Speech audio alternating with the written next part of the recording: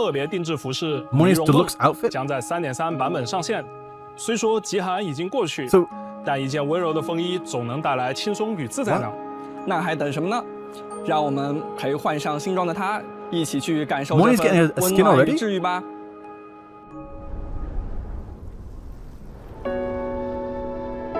That's cute. Oh, her legs are like the DNA things in her legs have changed to snowflakes.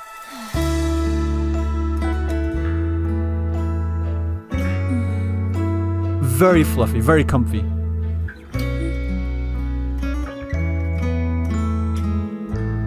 She looks like Comfy Rini now. Just add an eye patch. Looks like Comfy Rini.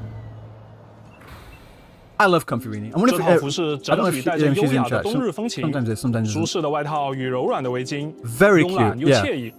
而袖口与发间点缀的绒球，也恰到好处地增添了几分温暖与可愛。Well, so she stays warm, you know? 身穿这身服饰的莫妮看上去温柔又时尚，既有顶尖工程师的沉静内敛，又有冬日暖阳的温和气息。这套特别定制服饰《呢绒梦》将会在3.3版本更新后上架商城。在获取莫妮的特别定制服饰后，即可解锁同系列的共鸣者头像。同时，商城也将上架千笑波仔主题的飞讯聊天背景与聊天气泡。甜咖的金印，画面里，千笑正和波仔一起忙碌着，空气中仿佛可以闻到飘散的咖啡香气。喜欢这类主题装饰的漂泊者们，可前往商城获取后，在飞讯系统的界面设置中更换使用。在3.3版本更新维护后，游戏内商城零氪月下商店将进行首充双倍重置。与此同时，海潮流赠积分兑换活动也将开启，漂泊者完成流音任务中的各类换取任务以及少量活跃任务后，即可获得流音浪墨，用于在海潮流赠中兑换物资，包含福金波纹、科考摩托饰品、飞雪盘子、飞雪饰品无念、达尼亚饰品、达尼亚玩偶。以及部分过往版本限时活动的稀有奖励等内容。White full stop. Yeah, like I want to know. There's some weird differences in. Okay, here's the actual anniversary stuff. 漂泊者们好，我是策划西瓜。在3.3版本中，除了已经为大家介绍的各种内容，我们也将迎来2周年朝生庆典，因此也将有许多庆典相关活动带给大家。话不多说，西瓜，接下来就我们给大家带来关于2周年朝生庆典的相关内容吧。没问题。漂泊者们还记得星际学院里的深潜游戏室吗？最近啊，里面一台一直没动静的游戏机屏幕突然亮了起来，它邀请大家登入系统，开启全新冒险。哎，看今天现场的布置也有一个游戏机，既然是全新冒险，那不如我们即刻出发。快来参与2周年庆典活动星弹奇游吧！这一次，请以全新的可爱姿态化身弹珠小人，登陆这个充满奇想的世界。What echo is that? 那这次会不会也有同样可爱的共鸣者弹珠小人一起冒险呢？当然，这些共鸣者将被系统转化为人格弹珠，以全新的姿态与你邂逅。不过，他们的部分性格特征好像出于某种原因，变得和平常有一点点不一样。不一样。就当做是体验一种小小的可能性吧。不过系统里也出现了一些自我演化的弹珠怪物，当遇到它们时，战斗就在所难免了。此时，漂泊者可以选择最多3个共鸣者弹珠协同作战。You know, I was saying earlier about the monster strike thing. If they used the cubes 在弹跳碰撞 and made a monster strike version, that would have made a lot more sense, and that would have been pretty cool. 造成伤害。并且，漂泊者还可以通过提升等级与获得战术卡带，对弹珠进行强化，以应对这里出现的危机。参与星弹奇游，即可获得新生2周年专属纪念称号——潮星星级弹射手、深海异象炉心机海、物资箱等奖励。我现在就要进入弹珠世界，和这些可爱的小家伙们一起冒险。也希望漂泊者可以在这个活动中感受不一样的乐趣。没错，没错。说到可爱的小家伙，1周年时陪伴漂泊者的团子们也没有闲着。第2届团子运动会也即将正式开幕啦！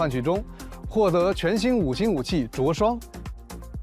Yeah, convenient animation. So not just boom, there you go. It's actual convenient animation. I wasn't sure if that's what it was. But it looks like even weapons now are getting their own convenient animations. That's kind of crazy. 此外，我们还将在游戏内部分界面增加角色共鸣模态的显示与切换功能。比如在编队界面，拥有共鸣模态的共鸣者角色的立绘下方将新增切换按钮，漂泊者无需前往角色界面切换。 在当前界面即可完成切换的操作。同时，在部分战斗活动与周期挑战玩法的战前编队界面中，角色头像处也将增加共鸣模态的角标显示，并且可在当前界面针对下一场战斗临时切换共鸣模态。或许有漂泊者已经在前面的各种演示中发现了，游戏内的部分界面 UI 产生了变化。 我们将在 3.3 版本对于游戏内的部分界面 UI 表现进行迭代更新，包含共鸣者界面、编队界面。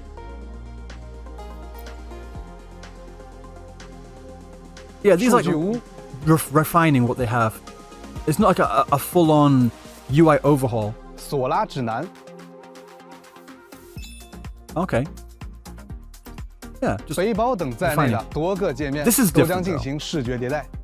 希望能更加统一整体的界面显示效果以及特效细节表现。Seems more spaced out. 接下来是关于图形和性能方面的优化。项目组一直致力于提升各种设备下游戏的运行性能与流畅度，为此做过多种类型的优化尝试，其中就包括应用插帧技术以提高运行帧数。至今，我们已经支持多家第一方硬件厂商的插帧技术。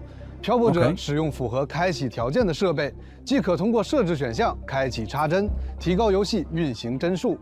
不过，我们也想要把这项技术带给更多的漂泊者，特别是使用移动端进行游玩的漂泊者。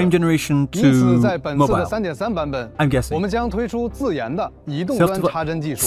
这项技术将着重改善中等配置移动端设备运行游戏时的性能表现。 开启后可以使游戏稳定在更舒适的帧率下运行，并降低一定功耗。Again, I'm not a programmer or anything. I don't know, but that sounds kind of like crazy, no? Like I just made a video about all the stuff that they're doing in house. 有没有相应的优化呢？有的。PC 端的图形选项中将新增各项异性采样选项。漂泊者在开启后可以改善游戏贴图质量，使画面更加锐利，改善整体画面的清晰度。 同时 ，DLSS 超级分辨率技术在 3.3 版本也将支持 DLAA 选项。 I do not know anything about all these DL. 在开启后将在原生分辨率下运行。 I don't know what they all do. 可以进一步提升画面上限，让游戏的每一帧都更加细腻。Turn motion blur off. 或者可以根据需求开启选项，体验更好的画质哦。 除此之外，场景交互的画面细节表现也进行了丰富与提升。 在 3.0 版本，配合拉海洛的独特地貌，我们加入了很多画面细节效果，这其中就包含对于攻击拉海洛特色植物所带来的畅快割草感。是的，挥刀掠过那片电子芯片草的时候，割草感确实还蛮解压的。我每次路过啊，都会顺手来2下。在 3.3 版本，这种交互体验也将更进一步，除了特色植物的割草反馈。 我们对于其他草地也进行了优化，更新后的普通草地也会有更多的交互反馈了，也将让探索更具氛围。对了，在 3.3 版本，关于我们的客户端有没有相应的优化？当然有啦。首先是游戏包体的存储占用，我们在近期版本已经持续在进行包体大小的优化瘦身工作。以官方安卓包为例，经过2个版本的持续优化。 3.3 版本相比3.1版本，在安装完成后所占用的存储空间减少了约8GB 至15GB 左右。Okay, that's really good. 我们在之前陆续测试了移动端资源分类下载以及资源清理功能，在 3.3 版本也将迎来优化调整。其中，移动端资源清理功能在之前可清理过往已完成的剧情资源的基础上，新增了可选择清理地图场景资源的功能。 Certain map environment 根据自身任务进度， because there are a lot of areas that you can't access anymore13GB 的存储空间。已完成所有潮汐任务以及半星任务的漂泊者，清理后，官方安卓包所占用存储空间将减少至37GB 左右。I think 同时，移动端的资源分类下载功能也会迎来优化调整。相比以往， on this because one of the biggest, even for people that still love Wuthering Waves, myself included, one of the biggest criticisms that no one can really deny is that the game is too fucking big. It's 2 years and it's already this size. It's massive. So. Again, that's all easy for me to say, make the game smaller. I don't know how they would do that. All I can say is I hope they are putting more resources into doing that. 能帮助大家更好的体验游戏。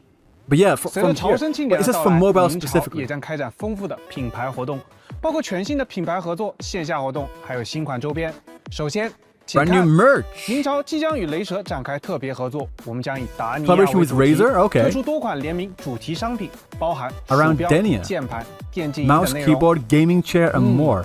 我听说啊，这次的设计融入了很多和达尼亚有关的元素。Does Razer want to sponsor me and send some of that out to me for free? 好期待呀！本次特别合作预计将于近期在全球范围内大家见面。同时，我们也将随本次特别合作推出联名款定制机铝印章。更多详细信息，请关注官方后续消息。接下来，明朝将与万代 SH Figures 共同推出艾弥斯冰装机甲可动模型，并且目前已经在锐意制作中了。漂泊者们敬请期待，期待看到精致的艾弥斯机甲摆出帅气的姿态。具体信息，请漂泊者们多多关注官方社媒信息。以及明朝与玩乐主义共同推出的索拉里斯行迹系列透力包挂件，也即将与漂泊者们见面。这些小冰块们看起来干净透亮，把公民者们圆滚滚地装在里面，软萌感十足啊！是的，非常可爱。本次共上线8款，而且透力包还有可叠加的玩法，漂泊者可以把它们一个个串联起来。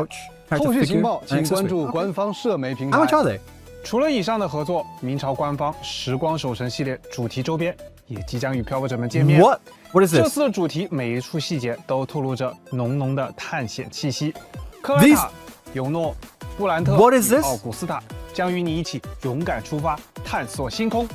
No. What is this? 造型看起来都特别有故事 Yeah, because these designs 像是翻开了一本尘封的观星日志。 Please, for the love of God, say the skins. 未完结的冒险。本次计划 I swear to God, if they don't make them skins, they're just denying money. Like, what are they doing? 敬请期待哦。好， they look so cool. 西瓜，明朝与漂泊者们之间还有很多关于相遇的故事，不仅仅是在游戏内，也有人因为一首歌曲认识了某个共鸣者，因为一段旋律记住了某个故事。明朝的音乐也正是我们与漂泊者们相遇的方式之一。是的。在索拉里斯的每一段旅程中，音乐始终陪伴着我们。无论是剧情的每一个瞬间，还是共鸣者们的专属 EP， 许多旋律早已悄然留存于漂泊者前行的时光里，刻印成我们共同的回忆。所以，我相信是时候聚在一起，带着这份期盼，重温这些陪伴我们的熟悉旋律了。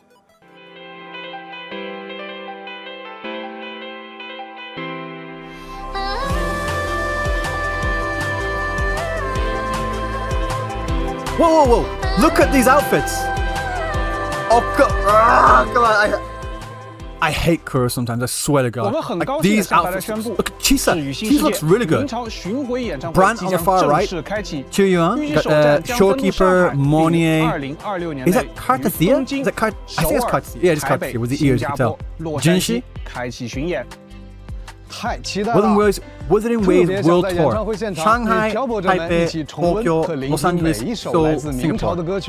They're having an event in Tokyo at the end of next month. I'm going to be going to that, so I'm wondering if that's what this is.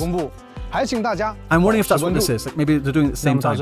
Because they've rented out the entirety of Makahari Messe, which is like the place where they hold the entirety of Tokyo Game Show.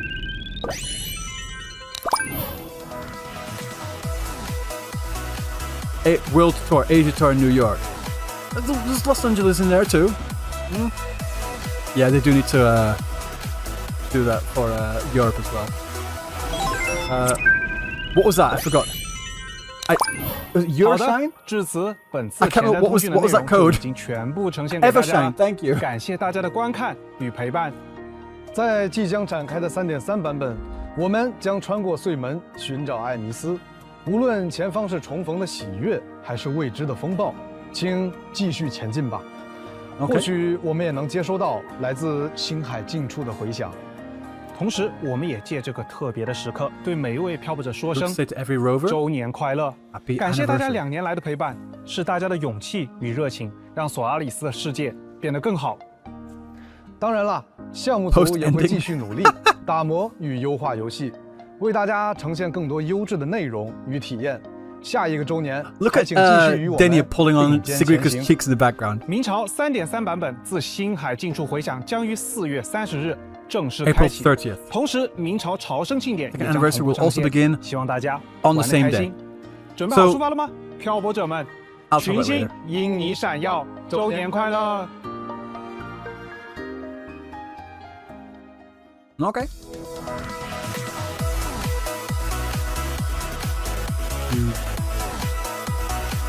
Dancing.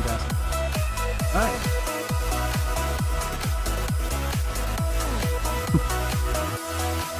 I know these are all the Lahai cubes and Lahai only, but you need to add Peeb in there. You need to add the Phoebe Chupi. You kind of need to. Sorry, you do. You kind of need to add the Phoebe Chupi. You can't not. You know.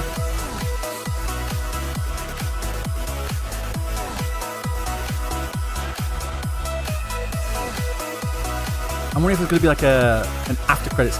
You see Denia's cube like holding up her doll. You can see Amith with her seal on her head too. No rerun for all banners? No, I didn't see that. Okay. So this is a special report overview. So 20 limited pulls, 10 weapon pulls, 10 standard pulls, an anniversary avatar, Amos accessory, motorbike libraries, we've got plenty of those, sigil. Oh wait, no, so on bountiful waves as well. Sorry, I said 20. Let me just 30 limited pulls there. Sorry. Hiyuki's accessory, Hiyuki's cube, motorbike accessory, Denia's doll. Another 5 down here, so 35. And so 15. So 35 limited and 15 standard. And 10 weapons.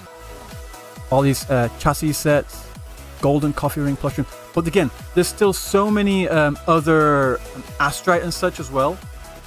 And we have no idea how much astrite they're going to give for each of these events.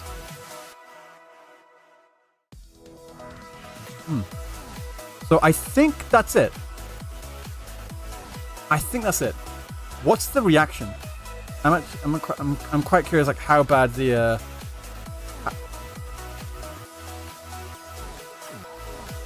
Okay.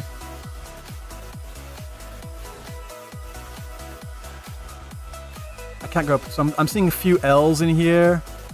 L W L W L W L W. It's like it seems 50-50.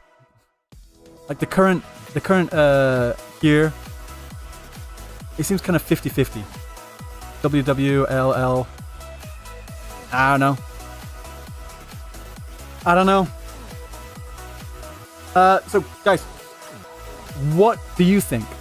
Well, I've not got the code on the. What do you think? What do you think about this this live stream, about the 3.3 anniversary patch? What I like about it is that they split it up. They split it up between an actual 3.3 update and the anniversary.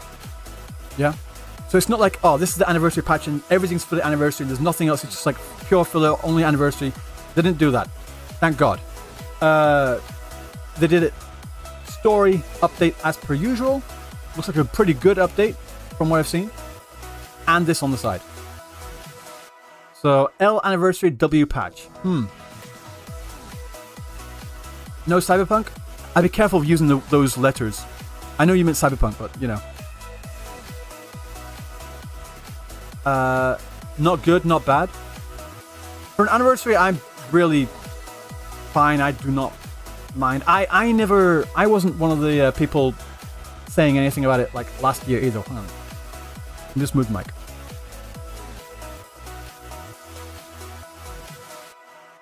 So yeah, I'm fine. Jarvis, please rate this 7 out of 10. Like, speaking on the anniversary and anniversary alone, like what we have on screen right now, yeah, it's average. Average. So when you think average, I don't know what number you would give average. I mean, average would be like in the middle, right? Like, yeah. Still, I'm glad. I'm happy for it.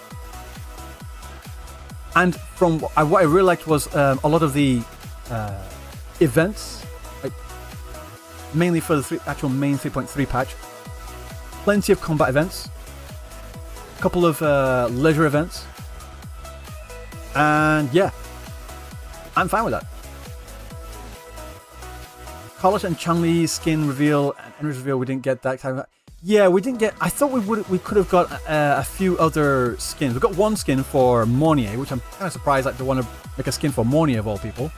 Like no shade to her. I love her as a character, but it's like Mornier, not Amos.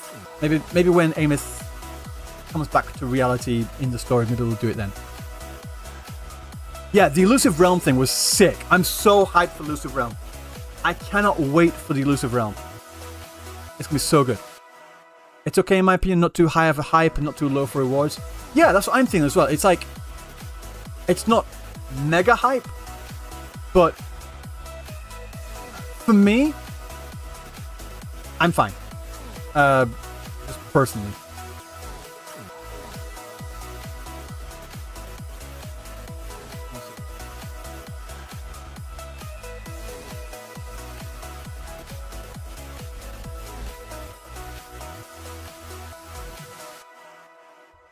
Does anyone know what other people are saying or people are feeling about the anniversary? Like how are the other? I don't know who's watching right now. Probably everyone, but how are the other people feeling? Does anyone know?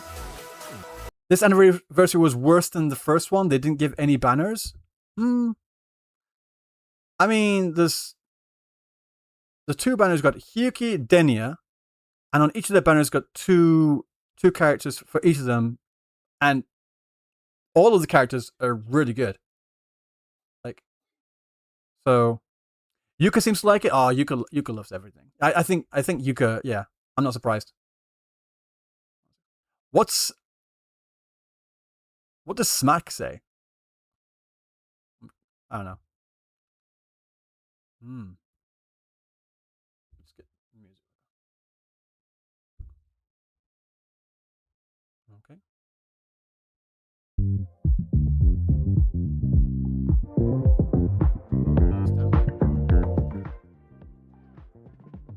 Maze Moon, welcome in. Bishop. Not seen you in a while. If you like, Cap would like to get in a call. Okay, sure. Can do that.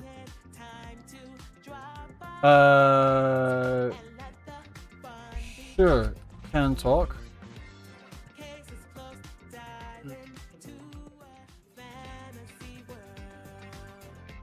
Okay, I don't know what she's doing. So yeah, I can do that. I can, because I'm really curious like what other people are saying. Again, I'm fine with it, but I've seen some people in the chat on the actual live stream itself, and also in my chat as well, people saying mid.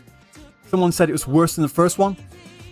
So I'm really Cap is pissed. Okay. Alright.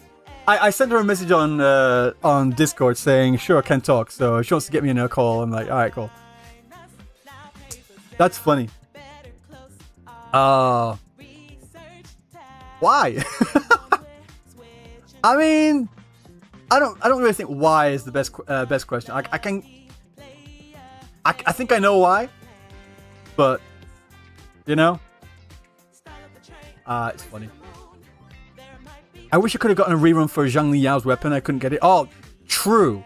Zhang Liao, like the whole, like, I want to go back to Jinzhou Huanglong. Honestly.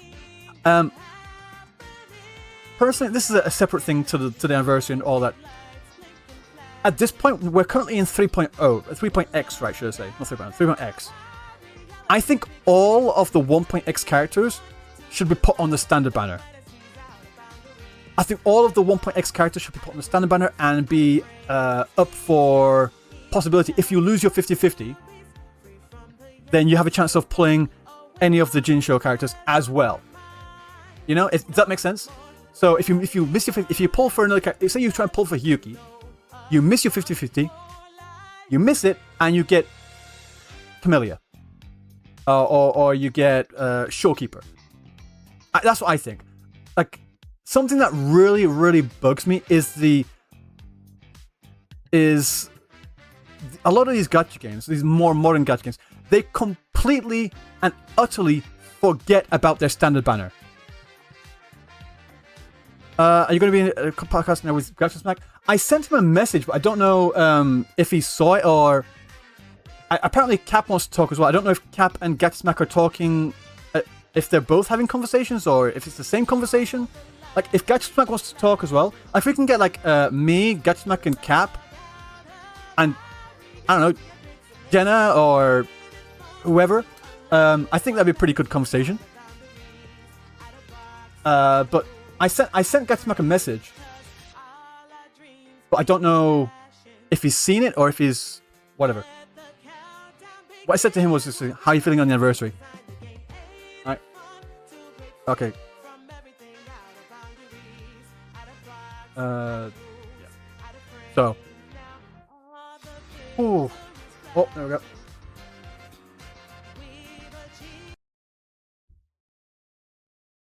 Yeah, hello? Hello? Hang on. I'm gonna make sure. Oh. What things to say? You got things to say, have you? Hang on, no, wait, hold on. What things to fucking say? All right, how about now, guys? Are we all hearing everyone? Can they hear me? Can they all hear me? Hello? Can you hear me? Hello? Chat, what if you can hear them? Yeah. Okay. Good. Yeah, Europe. What? Okay. Piece of shit garbage. Hold on a minute. Oh, hold on. Before, right. Okay. Settle down. Sit down. Relax. Chill. Oh. Okay. Right.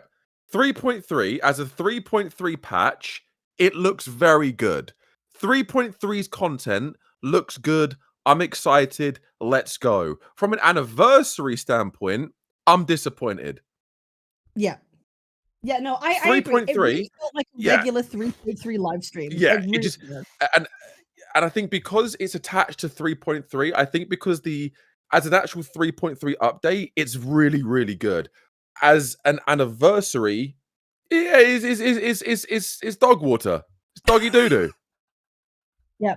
And no, we're calling it the adversary. It was all advertisements for things you can buy. And that's the problem that I have with it. Because like anniversaries are supposed to be like rewarding the players, right? Giving back to players in a certain way. This was the opposite. This was like, what can you do for us? Like, what can you spend for us for anniversary? That's the problem that I have with it. It's not in the spirit of what gacha anniversaries are supposed to be like, in my humble opinion. Yeah, my opinion of this whole patch is the fact that when they announced all of the 3.3 stuff and when they announced all of the really cool stuff coming with 3.3, I was like, okay, this looks good. Looks really, really good. Okay, story looks good. Characters look good. There's a few events here. Exploration looks good. The new map looks amazing. Oh my god, I'm excited. And then it was like anniversary time, and I was like, okay, time to lock in. What have you got for us? And it was a whole lot of hot doggy doo doo. However, here's my counter.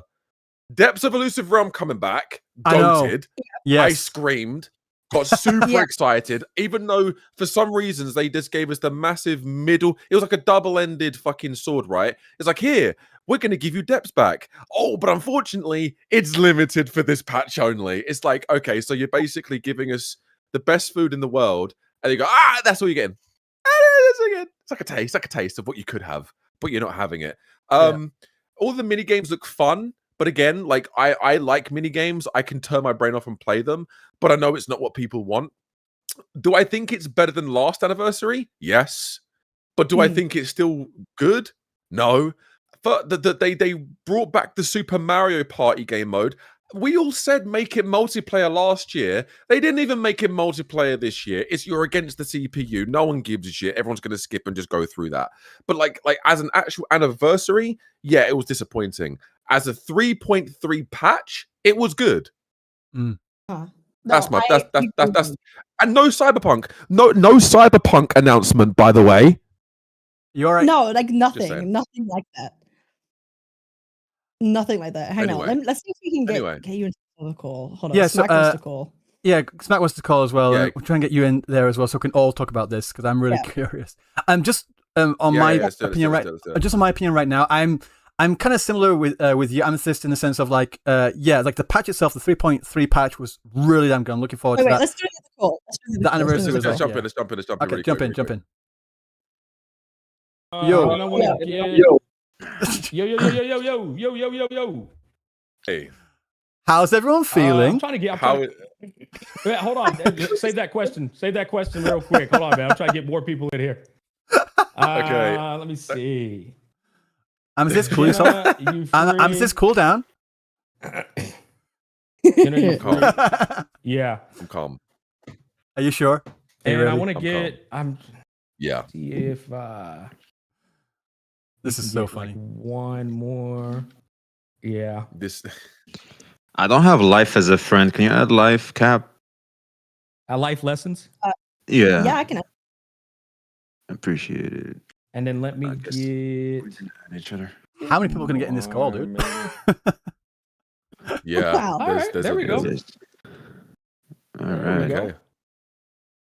This is looking pretty good. Share your screen. Turn on my camera. Bam. Oh, did you want? There Okay. we I'll get video. Y'all don't. Let's y'all do don't cameras. have to. Y'all don't have to. Yeah, I'll do it. Up to I'll y'all, jump man. in. I'll jump in. Hold on. Yeah, I'll jump in. Hold on. I'll grace you with my Disable. presence. Sure. Why the hell not? Oh. Okay. Hold on. Hold on a second. There we go. Get up in here, boys. Get up in here. Yeah. Yeah. I'm just sorting out my bloody OBS because it's being a bit of a donkey. All right. Now I just need to calibrate y'all's audio. Can each one of y'all say something? Hello. One at a time. Who's first? Hold on. Hello there. Oh, y'all. Smack is a robot. Really juicy. Y'all are really juicy up in here. Cam. Damn, Ryuku, that's a fucking cool ass set you got going there, brother. Yeah, that's pretty cool, isn't it? Hey, You Life, got the man, colors. I like that, Hey, bro. Life. Bro got the Finally. IRL going on. I didn't know this was happening. Treadmill, yo. Oh, dude, I want you guys to be as relaxed as possible. I just want to talk with everybody, get everybody's sentiments, and see what the hell y'all. Oh, we hang out a lot, so don't worry there. Yeah, I'm trying to see if we can get fucking Jenna up in here. Give me 1 second. Maybe we can get him in here. And then I got Streamception. I guess he'll come. Okay. Yeah. But yeah, how are y'all's days going, man? Before we even get into the collab, how are y'all's days going, man? I'll be real. I was at the gym during the live stream, man. Good man. Good man. You know what I was wanna like, know? yo, I had literally Smack narrate that shit for me. I literally had you on audio while I'm pumping steel, man. Yeah. What is y'all's time right now? I'm so curious. Like my time right now is 7:19 a.m. 1 p.m. Best Yeah, time. 1 p.m. in the UK. Yeah, in England it's 1 p.m. Yeah. 9:19 p.m. 8:19 in the morning. East Coast. You said it's what? Life. 8:19 in the morning. So I'm East Okay. Coast. Okay, 8:19. Nice. Got you. That's nice. I'm Yeah, fuck 9:19 yeah. p.m. I'm the only one in the evening. What the fuck happened to Jenna? I don't know. Jenna was in here for a second. Then It's gone. Yeah, Gone. who knows what he's doing? Jenna, did he just DM me? Hold on. Give me a second. Bum. All right, y'all can hear me, but I'm gonna have to switch over. So just give me a quick second. It's gonna be No weird. worries. Oh, that's Smack, his. I've got the Streamception up right now. That sounded cooked. Yeah. Nope. Jenna, where you at? Give me. Oh, he said, give me a minute. Okay, 7:10. Yeah, give him a little bit. This is so funny. Yeah, no, man. I'm actually glad I can get y'all all in here, though. I'm glad y'all joined. First of all, you didn't have to. Thank you for like just literally dropping in on a dime. I've been wanting to do this more often, though. I've literally had it. I'm pretty sure I feel like all of us feel this way. I've been wanting to, for the longest in the back of my head, get more community discussions so that we can all familiarize ourselves with one another, but also just get on the same page, get different perspectives, and have like overall productive discussions. Hey. Jenna! There you go. I'll be real. You're rare. I clicked join call and OBS instantly disconnected the moment I clicked it, bro. Wow, dude. It wasn't internet or anything. It just disconnected, bro. It killed it. I shit you not. My I feel internet so been bad. acting I'm up sorry, for some man. reason. Yeah, that's a sad one. What the fuck, but not as dude? sad as this anniversary, am I right, guys? No. 7 out of 10, man. Well, I mean, like, Yeah. It's a good thing you're here, Jenna. Let's I mean, like, yeah, that's true. Let's go ahead and kick it off. Like, obviously the anniversary just ended. First of all, once again, thank you guys for joining the call on such short notice. I literally wanted to have the most fair, transparent conversation, get everybody's thoughts on not just the anniversary, but also 3.3 and the rewards all separately, right? Let's talk about the rewards. Yeah, 3.3, and then we talk about the anniversary as a whole. So we're just go at it though. It's all a free for all. If you got something off your chest, you can go ahead and get it. Let's start with rewards. You pick your order. You pick your orders, Mac. You're the host. I'll go first. I mean, it doesn't really matter who goes first. It's just whoever wants to get shit off their chest. Me personally, I already made a whole video talking about expectations for rewards for an anniversary, right? When we talk about Tencent becoming an evergreen title, WuWa becoming an evergreen title for Tencent and how much revenue they bring in. When we think about Kuro Games and who they were before Wuthering Waves, it's just like they were such a nobody company. They had such a small finite community. So I always go back to that, to where they are today. And so when an anniversary pops up, I'm not saying we need free Hiyuki and Denia, the two characters they're trying to sell during the anniversary, but I do expect things to be a bit more, I would say, gracious with rewards. Me personally, 1.0 all the way up to 2.5.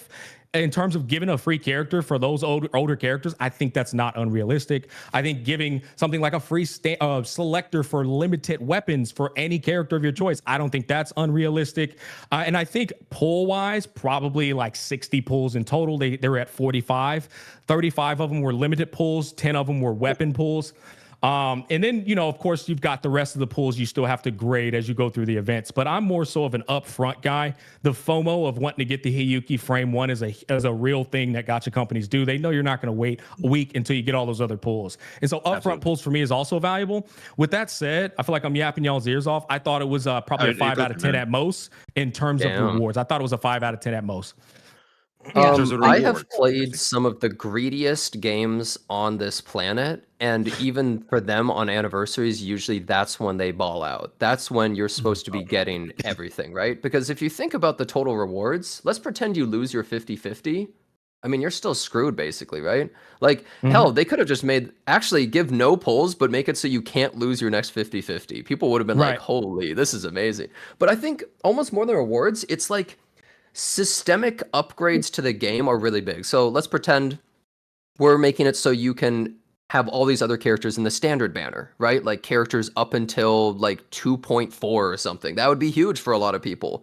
Or something like, you can get some of the weapons on the standard banner. Like those kinds of things would be really big for a lot of players. Or we're buffing a bunch of old characters. These are all things that I think are really exciting that would really hype people up more than even rewards.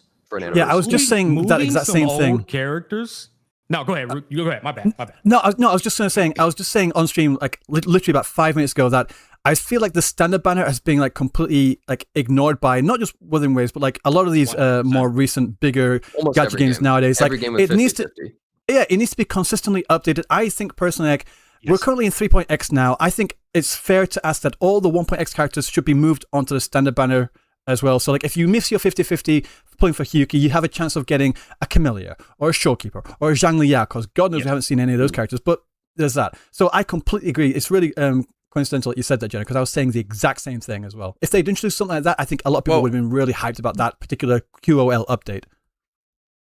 But what's interesting is that point saying about the all 1.x characters should be on the standard banner, because I do agree, the standard banner has been neglected. Is that I know a lot of games occasionally for big celebration, a lot of big other gacha games that I play would go, since it's the big anniversary, characters or units prior to so and so's year will all be available to you through either the standard banner or a certain event, and it's free.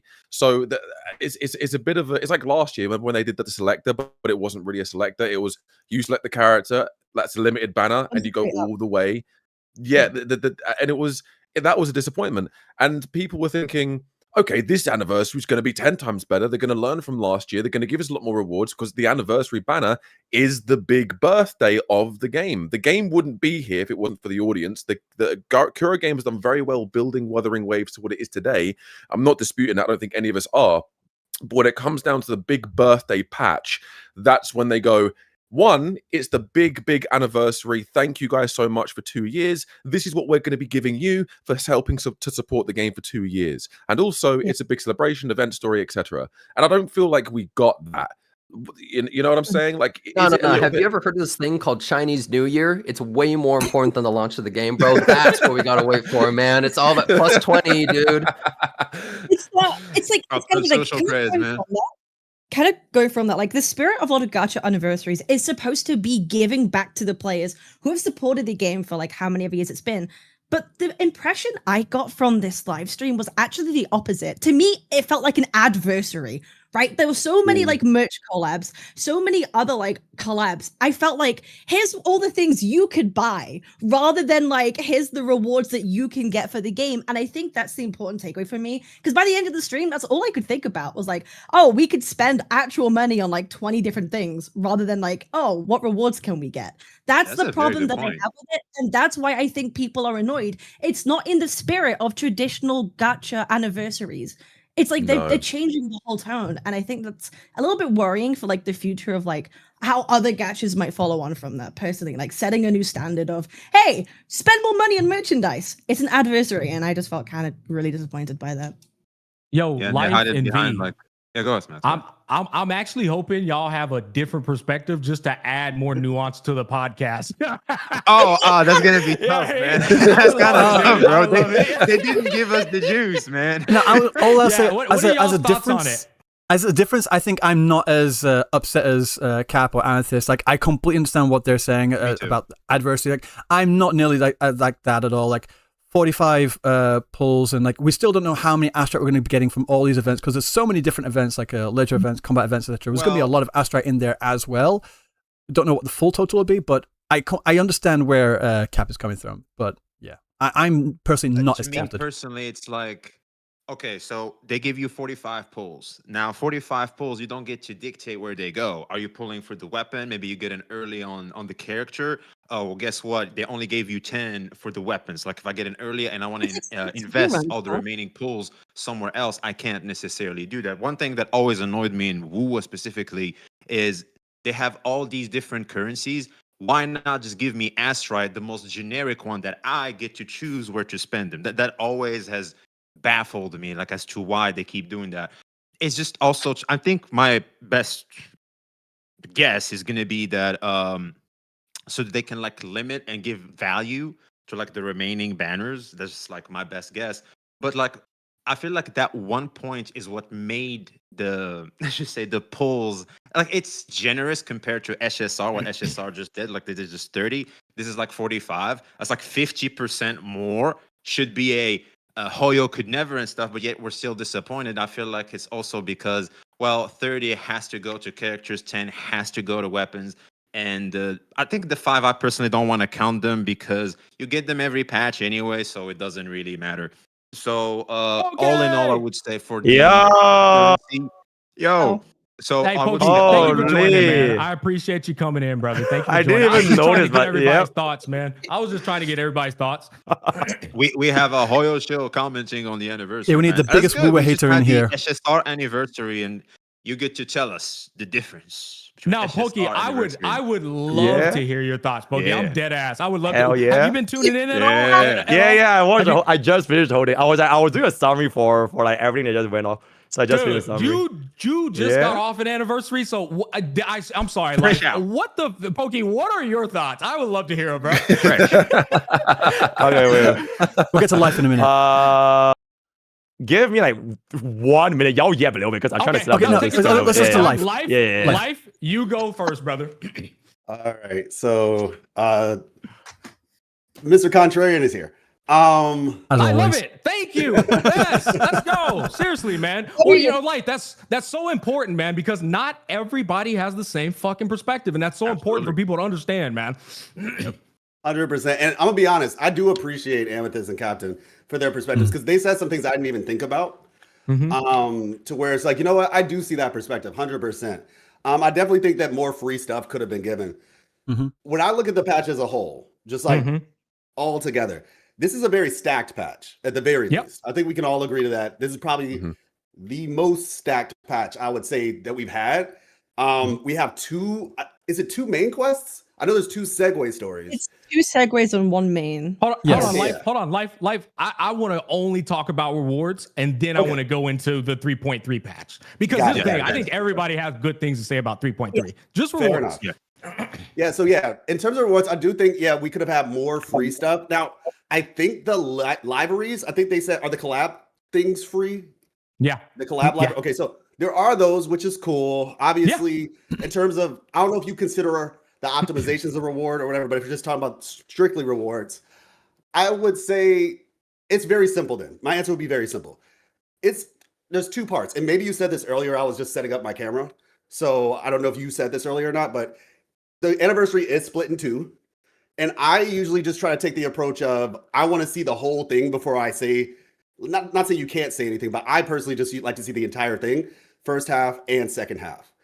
And so because it is split in 2, it could be possible that we'll get, I feel like possible and probably likely that we'll get more rewards when it comes back, basically. Well, in the second half.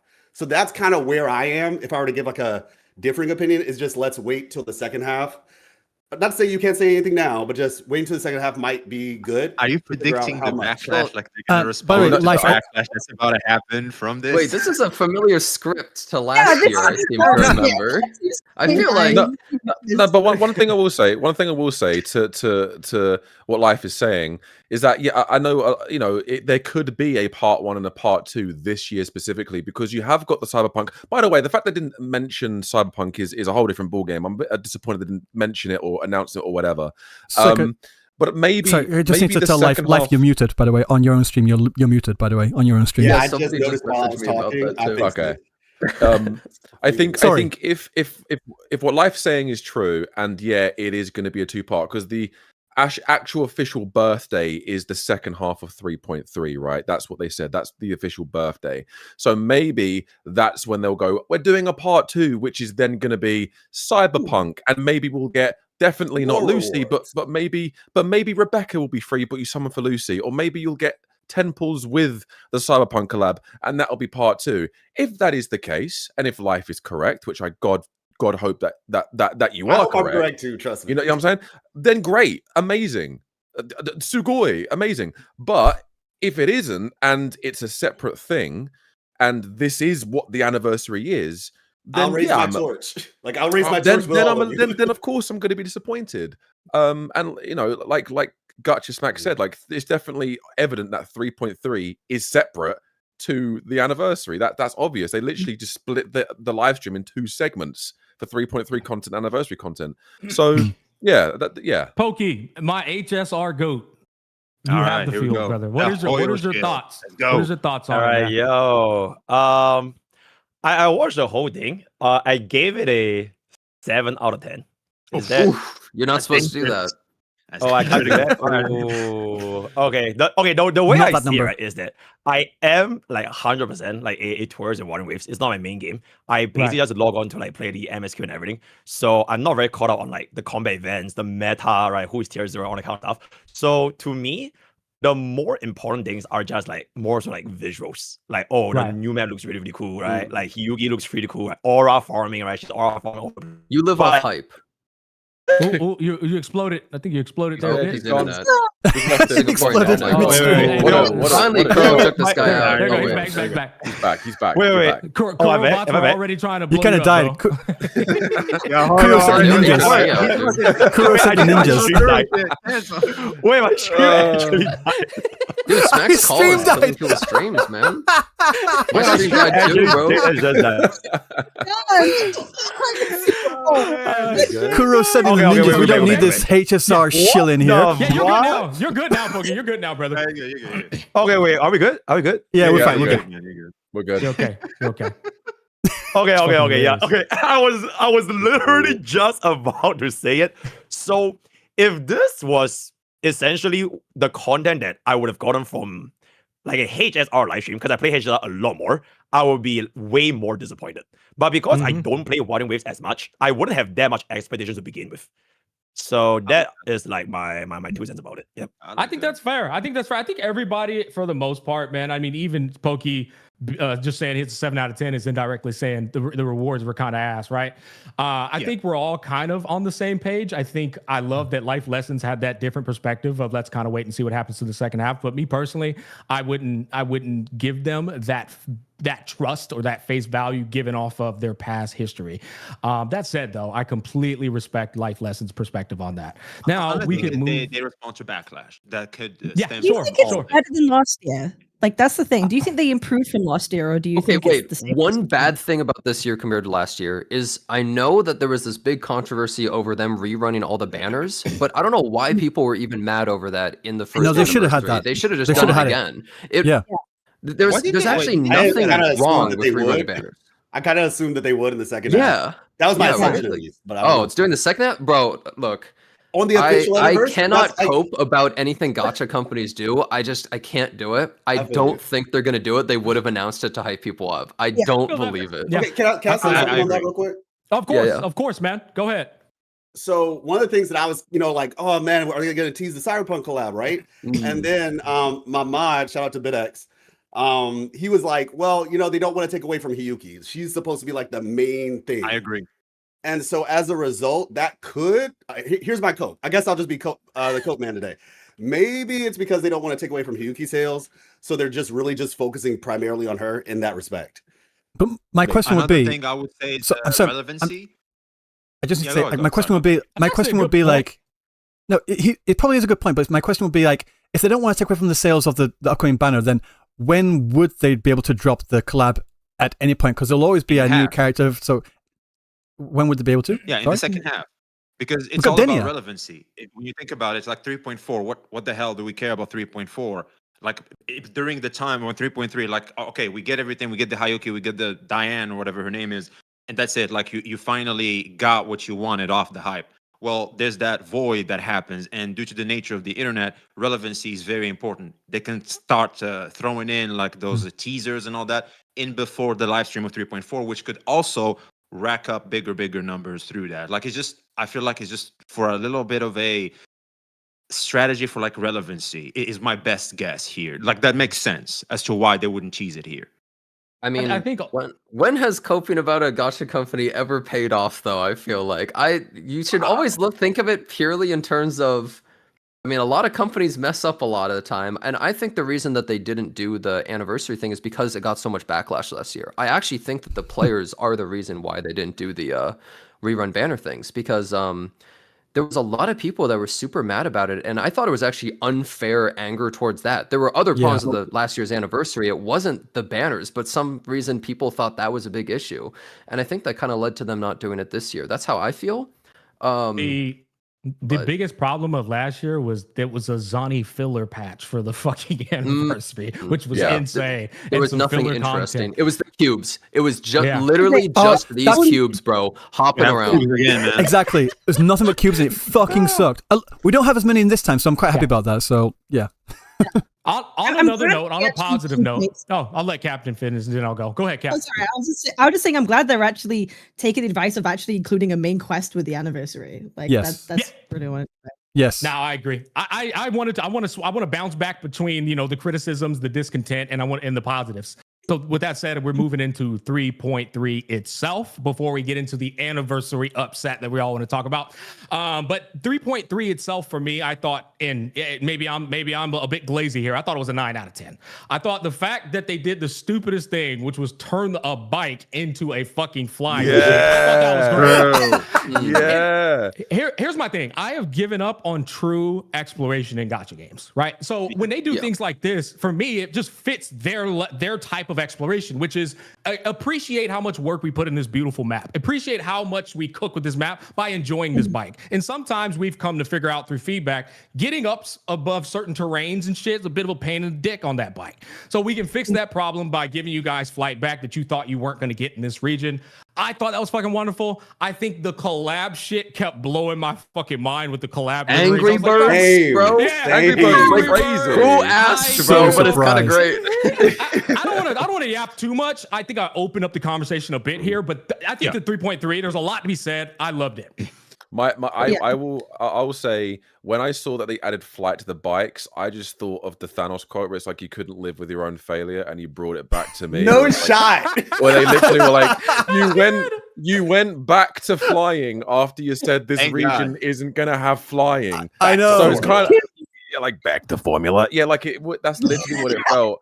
And I'm here for it. I was like, you know what, the flying bike is really cool. Like Smack said, seeing the different the livery collabs, I was thinking that's pretty cool. I didn't expect Angry Birds. That's the last thing I bloody expected. Pretty goddamn cool. Kaiju number 8, Pragmata, all that stuff, really goddamn cool. And also seeing all like Hiyuki, more of Hiyuki's gameplay. Obviously, we saw the official, like what the ultimate looks like and stuff recently, but seeing what she can do fully, really, really cool. She's basically Alpha from PGR, but Wuthering Waves' interpretation, Crimson right? Wave. Which is gas. And then Denia, we saw a lot more of Denia, and I kept thinking, I wonder which lines the community is going to pick out is trash this time. But she sounds great. She looks great. There was more animations. There was more things to her kit, which I'm really excited for. Her idle animations were just the psychotic great. Exploration looks good. The main story looks really, really interesting. But 2 Sagyu quests, which I thought were like, okay, I'm here for that as well. More story. W lore. Yeah, and a new map. Yeah, Life, want to get your perspective on that too. It's beautiful. Yeah, the new map looks beautiful as well. But that's what It gave me the map.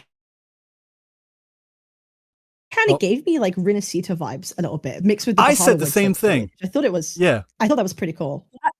Yeah, but I like the whole bikes of exploration is cool because I think we saw from like the Frostlands area that using the bike there felt terrible. And having Iwith was a little bit of a sometimes the flying. That's what I meant by the terrain problem. Yeah, exactly. It's pretty bad.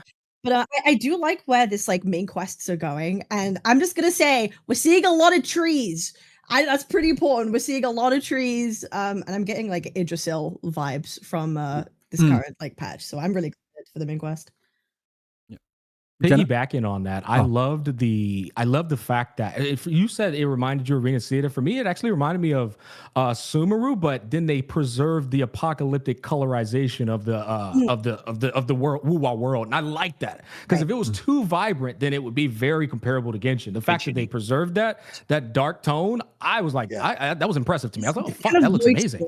Yeah. Let me just quickly add something to that. So what you were saying, Smack, about what it looks like. Does anyone remember Enkanomiya from like old school? Oh, my favorite. Enkanomiya. Like, and it gave me like a mixture of like what Black Shores looks like fused with Enkanomiya, and that's what it came from. And I thought that was a really cool design choice.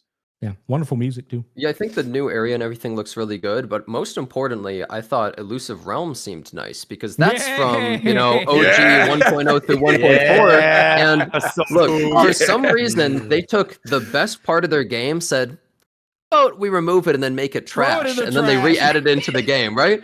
And so them bringing them back, I'm like, wait, this is actually great. This is like a really good thing to bring back. I would say it was the best, most fun combat-related thing they've ever really had in the game. Agreed. And it was really sad that they removed it. Like, I think most of us can agree that the newer version of it that's in the game all the time kind of sucks compared to the OG, right? Yeah, it's kind of terrible. Yeah. They literally took something and they ruined it for no reason. So I'm really glad they're bringing that back. I think that's a probably the most exciting part of the whole patch for me personally is like, that's great. I screamed when I saw it. I've been waiting for this. Same. Long. I was like, oh my god. Okay, can I say something on that real quick? Go on, Life. Like a limited event. That's my only problem. I want it to be like a patch refresh. That might be fine where they keep refreshing it like the other limited time events and it's different each time. So I may be okay with it being limited, right? Because you're not going to play it like 7 days a week, right? You're going to get bored as hell. So. I mean, I would, but... yeah. So, in terms of Elusive Realm, real quick, you guys are excited about Elusive Realm for combat. The lore. I'm excited about No, Life, I'm right there with you. Yeah. Life, no, me and you, Life. I said the same thing, Life. The lore, like all the lore in the all the trinkets and stuff behind that. So much stuff. We learn so much about Kalkro. We learn nothing about it except from the lore in Elusive Realm. I love it, so I completely agree. Yeah, and like when I saw Namipon and Hanami, y'all know I have been so excited about the lore. I gotta say this real quick though, and this is to you, Smack. I don't know if you remember, but I had joined one of your streams one time and we were talking a little bit about Imyth. Yeah. I was right. Because you were. Yeah, because you were asking me what my thoughts were, and I was like, I think she's like the original person who drove the Exostrider. The pilot for the Exostrider. Shit, you did. I remember now. I haven't played 3.2 yet, so I'm still behind. Just from 3.1, but okay. Yeah, I played 3.2. Like 3.0 part 2, I think is when we had the conversation. Okay. But yeah, overall though, since we're just talking about, we can talk about it now. We can talk about it now. Not rewards. Spoilers, man. Oda planned that lore for 100 years, man. Yeah. Life's right about a lot. Like Hiyuki, by the way. Yeah, no, like life lessons is theories for the 90% have been correct every single goddamn time. So whenever he releases like a proper like big lore video, I'm like, well, it's going to be right. Oh my gosh, no, incredibly high quality. Thank you, I appreciate it. Lot of research, but yeah. So basically, just my thoughts generally about 3.3. If we're not talking about the rewards, I was giving it like a 9 out of 10 as well. It genuinely is just. Like I said, 2 segue quests. And okay, I just have to say this much. As somebody who does do like a lot of deep looking into the lore, as someone who's done that and had to see the constant discussions online about, Wuha has no lore and it's super shallow and all this stuff. And it's just like, look, there's a friend of mine, content creator, and I was talking to him about it. I was like, you know what? I'm just gonna like rip the Band-Aid off. I will tell you practically everything that's about to happen in the story based on everything that's happened before. The thing is, it's hidden. And when I explained to him what the actual lore was and how deep it goes, he was like, dang, I wish the actual game showed it that way. And I guess the thing about it is, and actually this ties into the Somme Noir. I think partly, now this is probably Coke, because they probably could have just made up something, honestly. But part of the reason why the Somme Noir is coming back now is because they're actually ready to introduce the stuff that the Somme Noir has in it regarding the main story. Like as Riku just said, whenever the Somme Noir would come out, they would tell us stuff about the world. They would tell us stuff about Rover. For those who don't know, the Somme Noir was built by a companion, like a friend of Rover, some ancient friend of Rover. And so what would they have added if, and to be honest, Genshin did this as well, I recall. I don't know if y'all remember, but back in the day, their excuse for not adding more levels to the tower, Tower of, what's it called? Abyss. Abyss, yeah. Tower of Adversity. Spiral Abyss. Same thing. Genshin Spiral. I still play the game, but I just don't think about it. Memory of Chaos. Yeah. But yeah, their reason was like partially story related as to why they didn't add more floors. But they wrote it, bro. They wrote the story. They could have just made it work, man. Sure. Like you made this, dude. I agree. Whose fault is that, man? Excuses. You did that. But all I'm saying is that we're finally getting to the part of the story where things move forward. Because I've said this many times before, 2.x in general did not move the plot of the story that much. It was kind of just like popcorn cinema, where it was a fun story, very enjoyable, but nothing really moved since Black Shores. And now that we're in 3.0, well, technically 1.4, but yeah. Now that we're in 3.0, things have just been moving. And like I said, I've just been over the moon with this patch. So yeah, that's my TED Talk. Yeah. Nice. Yeah. I see it. I loved the contrast in 2.0 between Septimont and Raguna. I thought that was one of the best things Wuwa has ever done in terms of giving value to the world building, getting to know how, and then it was tied into real life too, getting to know how the religious people are and how they live their life as opposed to fucking pantheons and shit who fight for guts and glory. I think we need literally 10x fold more civilizations with different nuances in Wuwa. I think that's something that's missing. And Roy? Well, it's Roy and Tribe now versus the Space Trek Collective, but it's like it's always just two groups. And I feel like if you play like I don't know a lot of other games, there's always like 7 different like cultures and nations and races and shit, and it just makes the game feel so much bigger. I think in fact, like it's too much. I would argue. For example, someone like me, I get confused very fast. Like keep it like concise. There's like, a way to do it like Nilfgaard, Chimeria, and stuff like that, and then there's like Redania. It's like 3 of them, and that's it. Like it's easy to understand. I think there's a way to do what you're talking about, though, Smack. Because one of the things I actually was hoping they would do with Lucilla, if you all remember, they talked about it a couple times in the story now, where they're like, "Oh, there's all these competing factions." Hey, thanks for the raid. And they How talked you about doing? it in Luke's story, Did you have a and good then they stream? talked about it a little bit with Lucilla. So my expectation was like, "Oh, What were you we're thinking going to see like somebody about from the new Federation." Do you all remember about when the patch? Let me know. Lene had to go before the board? Did you like it? For screwing up? Yes, I was like, that was a missed opportunity. Because imagine if that table was like full of like big Generally individuals upset. from Ashinohara. You're cooking. Yeah. You're cooking. You know what I'm saying? New Federation. The Star Trek Collective with the war. People are furious. Oh, it's going to be and then here we go again. The Praxis are all intertwined. So, Real I mean, quick, I have copium. It puts the thought of excitement of the unknowable into people's brains. You're fucking cooking so hard. Go ahead. Reminds me of the it's just like that would have been James factions. and those guys. Like Diamond, you want to know who's Diamond, you want to know who's all those Yeah, guys. Hoyo does it really good. Like Hoyo does it very well. And so they could have done something like that to where the reason why I was saying it's easy to do and it's really short is just that if you just have some really good looking character models that display like a Japanese looking character for Ashinohara, like because Enfield sort of they didn't do it, but like at the end of the first patch of Enfield, you go and you talk to all those people from the different. You hear their voices. One dude sounds like he's sort of Russianish. No disrespect, but you know what I'm talking about. The Asian woman who was from the HAS, and it's like, okay, we got this whole shadowy group of individuals. Like a council, yeah, exactly. So something like that would make it easy. Something like that would make it easy to differentiate, the different places. So you could do it in theory, but yeah.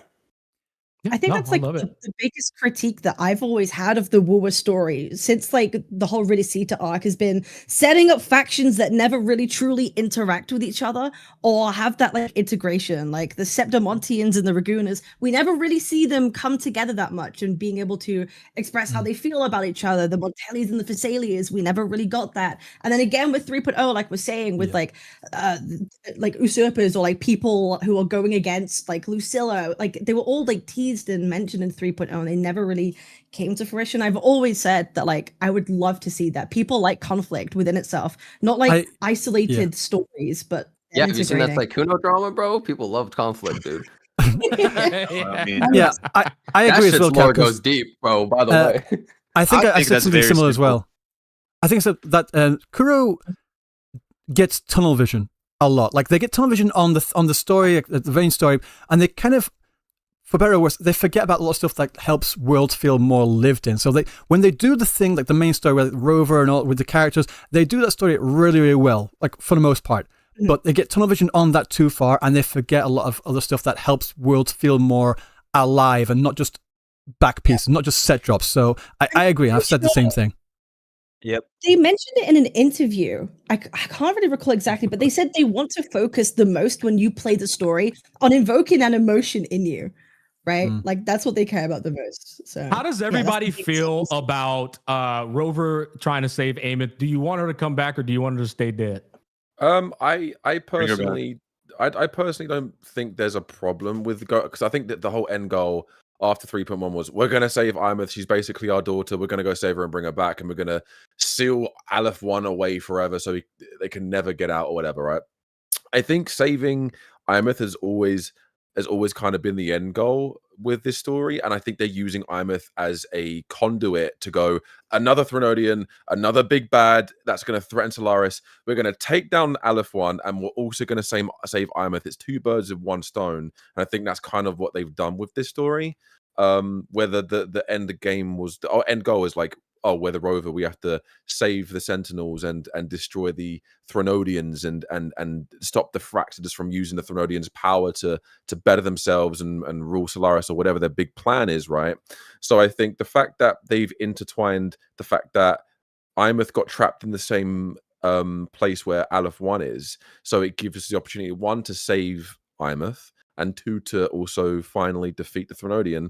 I think it was all part of the plan anyway. So I don't think there's a problem with it. Y'all know how I feel. I want her to stay dead, and if she don't, and if she ends up getting saved, I want somebody else to die because he saved her. Kill Frolova. I have a theory. Frolova should be dead. She's gonna get saved. She's gonna be saved. She's gonna get saved. I've got a theory that you might know like. The destination, it's the journey. It's the journey. I just want for once for like he went out of his way to save Ameth, and then because of that, Kartathea got cooked.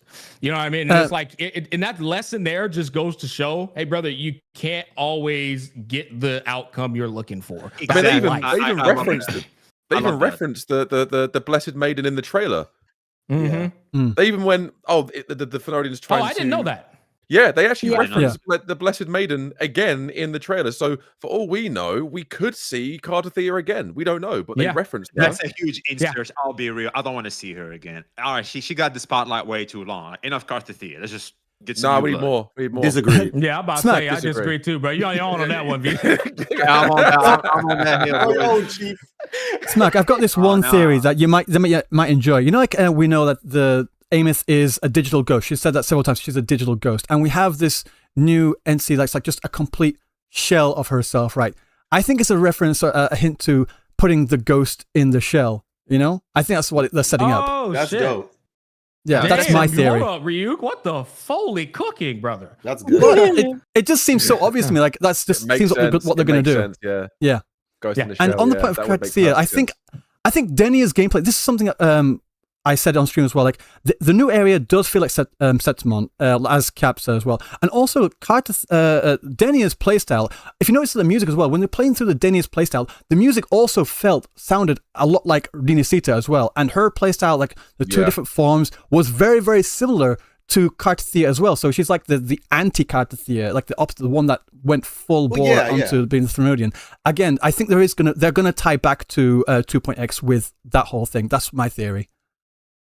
I like that they're doing the thing with all the characters, speaking of which, what you said, they have two forms. They're going to be starting to do that with every character, like Punishing Grey Raven. You got the base form where you attack, then you ult, transform, you have a whole second set, then you ult and it goes back to the base one. I think they're going to be doing that for pretty much maybe all future characters. That's kind of like the evolution of Punishing Grey Raven. And like, if you look at Ameth, she has like 3 time stop animations, right? They're really starting to lean more towards that, but I think it's good. I think it's actually like a cool thing they're doing with the characters where it feels like they have so much more going on and they're a little bit more exciting. You get more value. Is there anything else in 3.3 that was big that you feel we haven't covered yet? Well, I think we should pour money together, and they have ad space on the bikes, and we could probably like get like a cool icon or something. I'm thinking like if we get like a logo, we might be able to get that thing on there. Pragmata came out today. They started advertising it. You know, maybe I'm like, did this game even come out yet? Look what I linked in the Discord, bro. I saw that. Like you can just put your picture. Is the actual music from those games coming with this collab livery too? I don't know. I hope so. I don't think. I hope so too. I hope so too. They never specified. Get the Angry Birds song playing 24 hours a day on the bike. They actually added more Persona songs. I don't know if y'all know that. Yeah, they added it was out of more. nowhere. It was like 3 songs. I was on the bike yesterday. Yeah, and I'm just like with Miss Life, and we're just hanging out, and then I'm just like on the bike, and I'm like, yo, wait. And so she's singing beside me. We're just rocking out. I'm just like, yo, this is dope. They have like rivers in the desert and stuff. Some of the bangers, bro. Yeah, that's her favorite song. Yep. You know what caught me off guard? I was really expecting them to reveal some characters, like for the 3.3, and they didn't reveal anybody. I was like, oh damn, it's then again we got our hands full, I guess, with Hiyuki, Denia, and they want her to sell. After. We still have Lucilla. We haven't got Lucilla yet, and she was a character that was announced way back in December. So Yeah, I think this is a perfect segue, man. I think this is a perfect segue. All right, bro. The anniversary upset. What the fuck were they thinking not teasing the Cyberpunk collab? Like just like a 10-second teaser, a 15-second teaser. Okay, wait. I'm going to defend Wuthering Waves. Wait, let me defend Wuthering Waves. Right. So, okay, essentially, what I guess is probably going to happen is that they are going to be having the Wuwa concert, right? The same thing happened for HSR, where like they showed the teaser for the collab during the HSR concert. So maybe WoW will do the exact same thing, right? At the very end. Okay. There we go. I just feel like when you tease shit like that, though, even it like covers up the bad shit that people got let down about. It's like, it makes people get hyped instantly. Yeah. It's like a cheat code. Oh, 45 pulls. God damn, y'all see that damn tease? It's like it's the fact that they didn't do it. It's like I just feel like it was an L decision, man. But Pokey, you're probably right. You're probably cooking over there, man. It goes back to relevance. It's like you need something to recreate hype and re-spark the hype in the community. It definitely goes back to the point though of like maybe they don't want to tease stuff because they do want you to pull for like Hiyuki or Denia. Like they don't want you to like start saving. Like maybe that's the direction you're doing it might be because I think if they announce, but by the way, guys, the next patch is the collab. They're gonna be like, well, fuck Hiyuki then. I want myself a Lucy. I mean, better make your stuff good enough to pull on both then, man. Make people start topping up.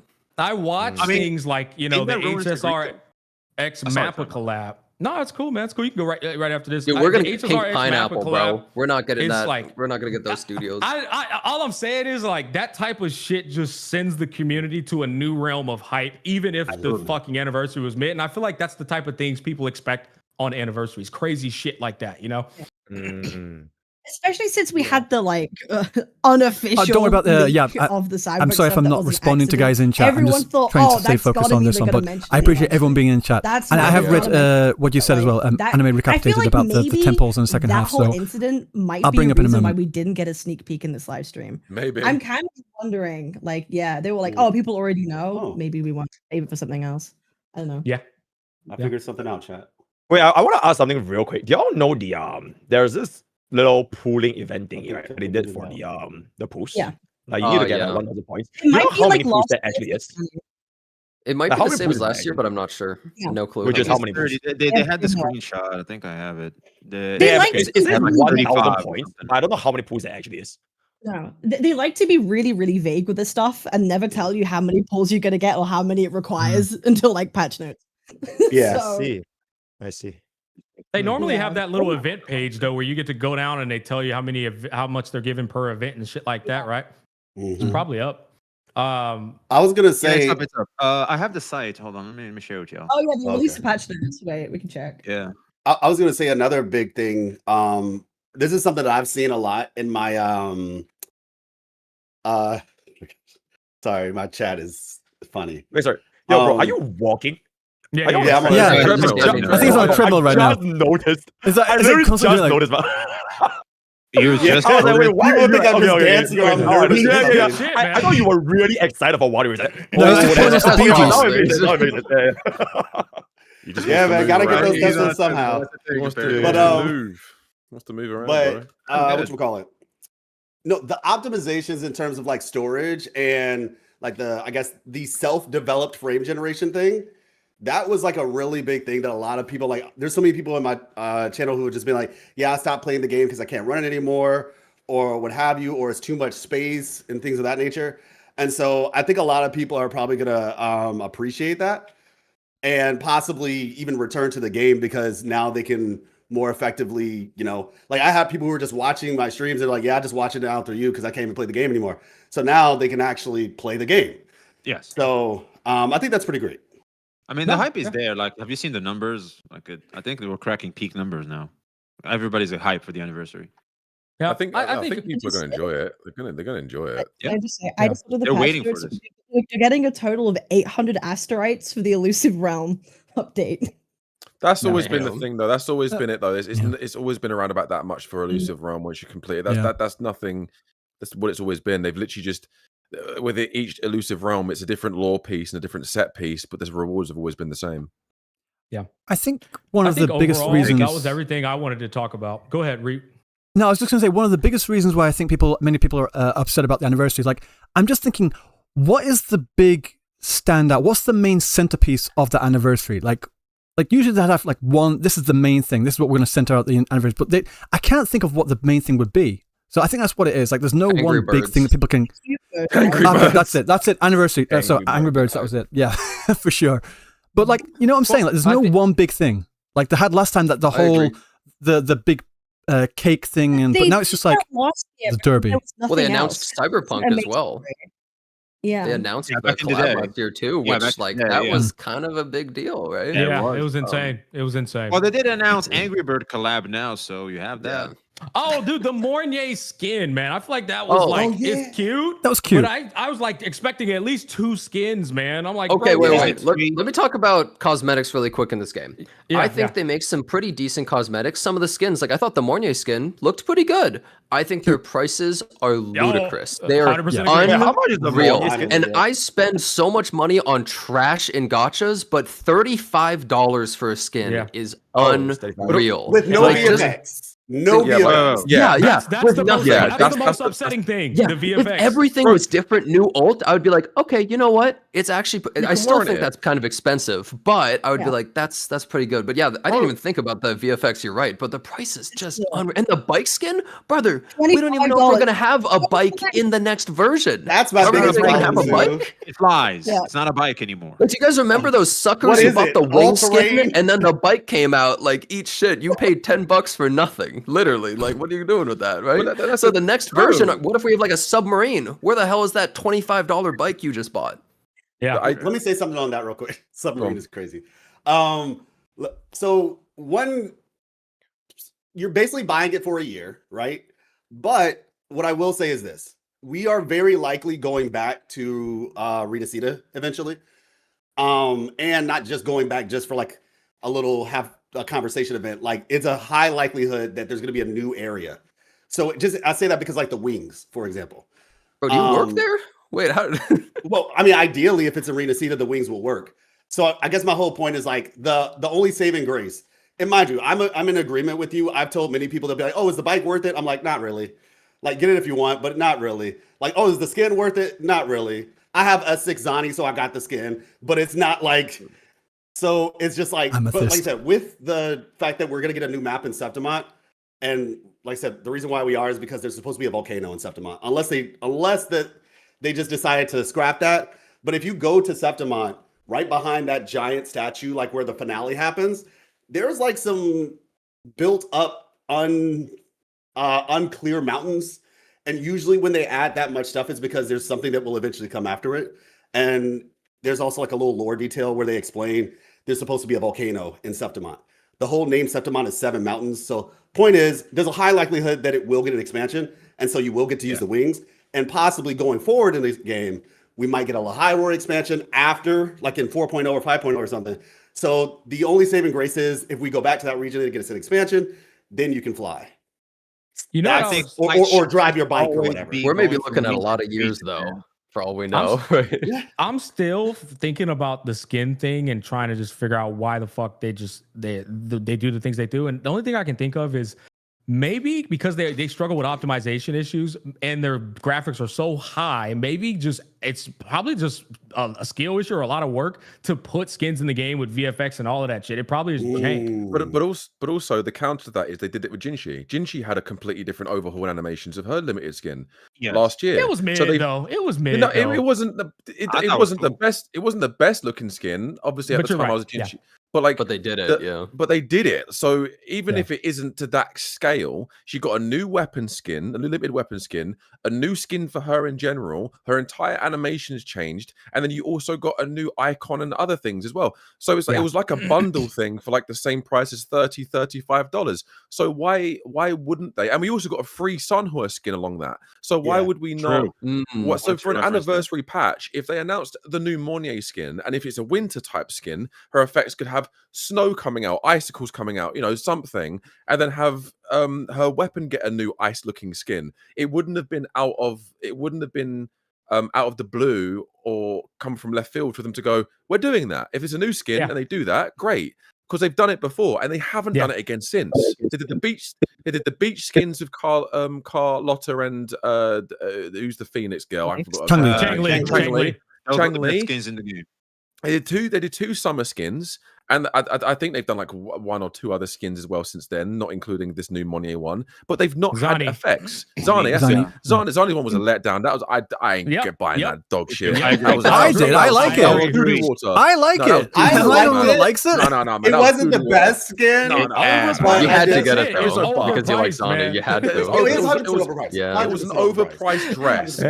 It's like going to get a bloody branded dress. It was an overpriced goddamn dress. It was. Bro, that's how much the dress would cost in real life. Like shit, why even buy the damn skin? Like, right? I feel like it's just League of Legends chroma skin sold at $35, bro. That picture should have been free. I will say this though. I like this Zani skin. Sorry, needs a skin. The fact that Shorekeeper doesn't have a skin at this point is kind of crazy. True. If anyone doesn't have a skin, it should be her. Here's the reason why. Unit in the game. Here's the reason why they don't bring skins. Oh, hold the fuck up, bro. This just reminded me. They showed all the skins for the characters in that dumbass picture that we could have in games. I'm like, brother. Oh, yeah. They have all these designs and all these collaborations, but they're not making skins. Every it's gacha crazy. does this. They're like, we're doing a collab with KFC, and then they come up with like the nicest outfit ever, and it never goes in game. Instead, you get like some crap or something. You're like, what the hell? You know what really annoys me? You know what really fucking annoys me? They already have like actual rendered different versions of characters in the game right now. Like the dark version of Carlotta, for example. The black version of Carlotta that we talked in her company. They could just make that a skin. Like, just put it in there, $5, whatever. It's already in there. Just make money. That was going to be a skin, bro. That was like a fake leak people put out a long ass time ago, spreading around that was a skin Carlotta gets and she never got. They've done so many different versions of different characters like that. They just make it available, make it a color change. Why aren't they doing it? Because they're idiots. Clearly, they don't like money. What's wrong with them? For Chisa, look at Chisa's like they should be in Chisa's Resonator showcase trailer. They had evil Chisa with a different color palette. Never saw evil Chisa once in the story. Never saw an alternate skin. Then they show off that Braun. Michael Brenner as well. That was in the game. That was actually in the game. I want the old version of Linné as well. Assassin Linné. Bro, where's Super Saiyan? Got you know, like you said, where's that Super Saiyan version of Gal Brenner that we saw in 2.7? Where the hell is that? What happened to Gal Brenner? Like, bro, just gone. Her banner is bro. Her banner is gone. That's what happened. Is she tier 3 or like is she cooked?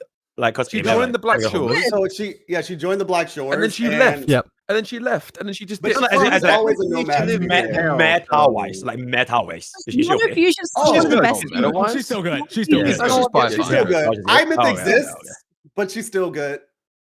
Considering there's better options, but you can totally use her and she's fine. Very easy. She clears. She cleared for me. I've been using it recently just because of fun. Obviously, because the game. Cap's been trying to speak. Whoa. Cap. Wait, what? Go on, no, I was kidding. I was just saying, Galbraith is still one of the best characters in the game. Yeah, she's pretty cool, I guess. One of the hottest. I actually grew to like her more. I didn't like her at first, like gameplay wise. I was not, but I've been playing her more. Actually, I felt the same way about Forlova, crazy enough. Like, she was not the most fun gameplay wise, but I think after I played her more, I was just like, you know what? Actually, I like it. Yeah.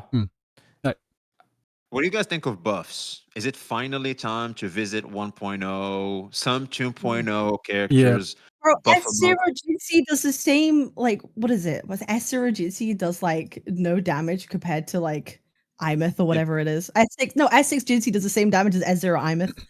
I think they need to go back and buff the old 1.x characters and add and give them the negative statuses. And that's a Kuro game. Like all the spectral units from Jinxie needs a Spectral Frazzle, need Havoc Bane for Dungeon. We need to add all these negative statuses that all the new characters have, but 1.x doesn't. They need to go back and just at least allow them to use those at the very least. It makes no sense that they can't use them. I mean, Valkyro, new 5-star version. Yinlin, like Jinxie, because they completely abandoned coordinated attackers since 1.0. They don't exist. They haven't existed, right? So all those characters are now just like dead in the water because there's no teams, there's no supports for them. They don't care about that meta anymore. It's just gone. So they should do something about those characters specifically.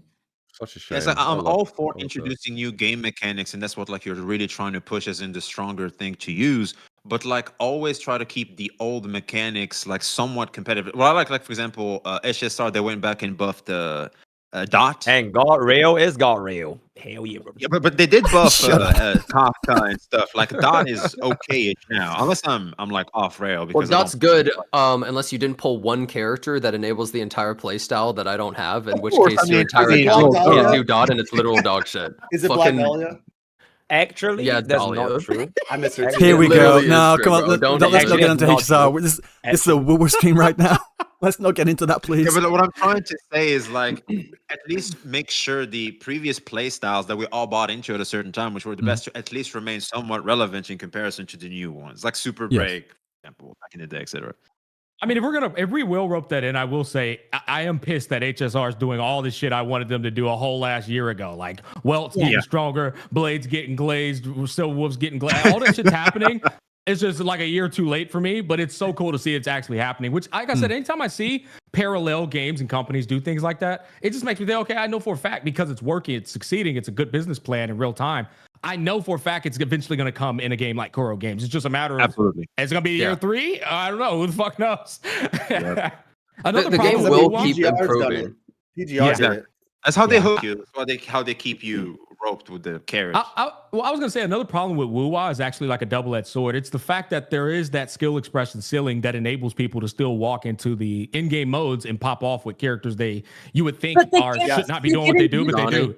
Zani, and then you've. Go ahead, Cap. Go ahead.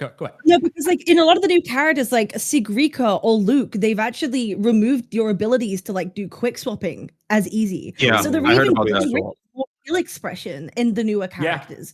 Like to me, that's a big sign. Like, okay, you're not doing buffs for 1.0 characters. You're taking away quick swap ability from the newer characters that'd be really cool for. They're slowly taking away all the things that make the combat like fun and giving that skill expression. And like, why? I don't understand. Here's my opinion on that is I don't think quick swapping has to be a big thing of the game. I think the most important thing is making the enemies have more interaction with you rather than like you have a lot more stuff. Because look at a game like, for instance, a Dark Souls game, right? It is the most basic shit ever. Roll and attack, right? But what makes it so good is the enemies in each fight feels unique or different and cool. So I think they can definitely make it so Wuthering Waves is more about like having the boss to be crazy. Did you see the new hologram they showed for what's the name? I think it starts with an S. Bro has like 15 cutscene attacks or something like that. So it's probably more about learning. Yeah, it is kind of annoying having a constant time where you're just like, all right, come down, bro. Like, especially when you're trying to fight against a timer, when they're just up in the air, you can't hit them, you can't do anything. You just have to wait for like how many times for them to fucking finish. It's so annoying. Yeah, just remove the time. But you know what I mean. Either way, is like I feel like it's better if they make the bosses really cool design and then make it so the characters are just going like ape shit, which they've been doing. I think is kind of cool. Respect the boss. Would be like it's a gacha game though, and everyone plays gacha games not because the bosses are cool, but because they like to pull for the characters. And if the characters don't feel good, then do they even care about doing the bosses in the first place, right? Because the gameplay in most of these games is just playing the characters themselves. So like, that's usually at least half the content is the new character that comes out. The characters are the product, so they don't care about using them against the bosses in the first place. So I don't know, maybe. That's me too. Well, before we wrap up the cast, is there anything else I want to get off y'all's chest? There's one. I have one. What's up? Go on. I think events should give you rewards without having to clear them completely. For they are hit or miss. They lock away a lot of what the potential rewards are in the patch to like, give us a lot more free pulls. And considering the very nature of events, which is hit or miss, considering like there's just these mini games that some may enjoy. I personally don't enjoy most of them. They should when the event ends, you get the rewards. It's an event that you get to play. If you want to play, you play it. If not, I should not be penalized and having to do things I don't want to do for the sake of premium currency, just for the sake of you giving more value to the premium currency, like locking it behind an activity that I don't want to do. Okay, I disagree. I disagree. I don't know if doing that. Then maybe instead what they should just do is have the rewards in the main game rather than the side events if you're going to go with that. And have the side events just be really good additional content that sometimes gets added, and it's not for the rewards then, I guess, because you may as well just like put it somewhere else then. No one would log in every day. The events are there to incentivize you to log in every day. That's I feel like if you're not going to do the events though, I mean, it's just kind of like, let's be honest, that's at least half the game. You're kind of just not playing the game really at that point. I mean, The gacha it's so much about it. Well, I am playing the game. I'm making my characters better and stuff. That's the game. Now you got to realize up for. It is the game. That's what we sign up for. But that's not what they think the game is. The game is the mini games, bro. The events. Yeah, they're becoming an arcade. It's a retention tool. That's the long and short of it. It's a retention tool. And it's not really. Sorry. Well, I was just gonna say it's not really there. Respectfully, it's not really there for your enjoyment. It's there for their retention. Yeah, and they're not going to change that because that's what every gacha does. Like, what I was going to say. No, you were on to something. Life, go ahead. I'll let you finish. Yeah, I was just going to say, if you look at Infield, for example, one of the things I've been kind of theorizing to myself is like, okay, when all these gachas come out, how are they going to differentiate themselves, and how are they going to like make themselves more interesting to more appealing? And well, the goal is like you might think, oh, just more generous, right? But these guys have a bottom line and they don't want to break that. So what I started to realize, and this is exactly what Infield did, is they basically make it to where they will give you the rewards. They will be quote unquote more generous, but the cost is more time. So it's just like, hey, look, we've got all these events. So technically, when you look at the number at the end of the patch, oh yeah, we are actually very generous. But the cost is your time investment, because ideally, like Genshin did it with just like having super long quests. Where like the quests were like unnecessarily 12 hours because the goal is if you're playing our game, you're not playing somebody else's game because you have limited time. So it's just like it's kind of baked in, and it's not really that. I have copium for a lot of things. Going along with what you're saying though is like a lot of these games will say like we're giving out 8,000 pulls, and it's like you have to play like a dog and do every achievement. You have to do every single little thing to get every little pull scraped together to actually get those. But it's like the biggest load of bullshit, right? Like, and that's what he was getting at. Like, go ahead, Smack. My bad. No, I said that's what you were getting at. Yeah, that's what I was getting at. It's just like that's the point. It sucks, but that's quite literally the point. It's not for your enjoyment. It shouldn't suck as bad, is what I'm saying. And here's the incentive. The incentive is if you want them early, whilst the character is still hot, you do the event. If not, you can skip it, and like you can get the character at the end of the event. Like you get the pulls after the event rolls away, as in they're late. Your incentive is you get them early. That should be enough of an incentive. I get what you're saying here. The issue here is what you're. Well, maybe you didn't take this into consideration. It's that events are there for them to turn a slip into investors and say, this is how long people are playing our game. If they do what you just presented, they're actually, that slip of how many people are playing their game, the playtime on their game goes down. That's just an L from their perspective. Furthermore, events are something in gacha games that are throw it on the wall and see what sticks and collect the data and then come back again with more events. So it's like, although I completely acknowledge what you're saying, I think the issue here with you is that you're playing a gacha game and expecting them to give you a 5-star stake of events, and that's just not going to happen. They're going to give you fast food every time. And it's like that is just there to give you extra pulls and increase the playtime of their game. Yeah, when it comes to gacha games, this is what they're always wanting one of two things. You're always spending. You're either spending time or you're spending money. You can't spend neither. You just do one or both. That's what they're always aiming for. Yeah, it's a free game, and that's like the trade-off. But I do think you're cooking. It's just it's in the gacha. You know what I mean? That's how it comes with the territory. The middle ground. There is a middle ground, which is there's the incentive. You want to get them early. It matters because banners are time gated. You want them now. You want to get the character now. Do the event. If you don't, they're doing that now. It's a middle ground for you, not a middle ground for the company. But also at the same time, if the event is enough of an incentive, then why the hell? Like, why can't they just do that? Like, if they just want playtime, the event is gonna roll anyway. If the event is good, like, of course, people are gonna play. But like I said, the currency, which is So let me ask you a question. What if you're the minority in that perspective, though, and you were to look at the event data and a lot of people are clearing the events entirely? From a company perspective, if they do what you're presenting, they're doing something for the minority, not the majority. Absolutely, yeah. You see what I mean? But I'm not saying you're wrong, though. We should be having more people wanting this. We should turn the minority into the majority, is what I'm trying to say. But also at the same time, here's the counter, right? No, but give me what I want. No, so with a lot of the permanent events they do, all they do when the limited time is up, they cut the rewards in half. If you've noticed, anyone noticed that? When like If it's a permanent event and it's permanent forever, when the limited time is up and the next patch starts, the events, the rewards do still go down. So that's the caveat. It's like the events that there are going to be rewards always there. It's just not going to be anywhere near as much as you could have got if you did it in this patch's time frame. So if every event they release did that kind of thing, that's the only middle ground I could say. Where it's like if you don't do the events in the patch time, they're still going to be there, but don't expect the same amount of rewards. They're going to be cut. You can still get rewards if you want to play the event whenever you want, but it's not going to be the premium amount because it's not the premium patch of the event. They usually have the limited time rewards, and then you could replay it and get the others later. Other rewards, yeah. So that's the caveat. Oh, by the way, Caldion, again, like Smack said, it smells like coke. It's a data recorder, right? I don't know if I agree with V on what you're saying there. Obviously, yeah, you might be the minority where people do really want that. We'd all love that if we could all get all of the rewards. Oh, these are casual games, man.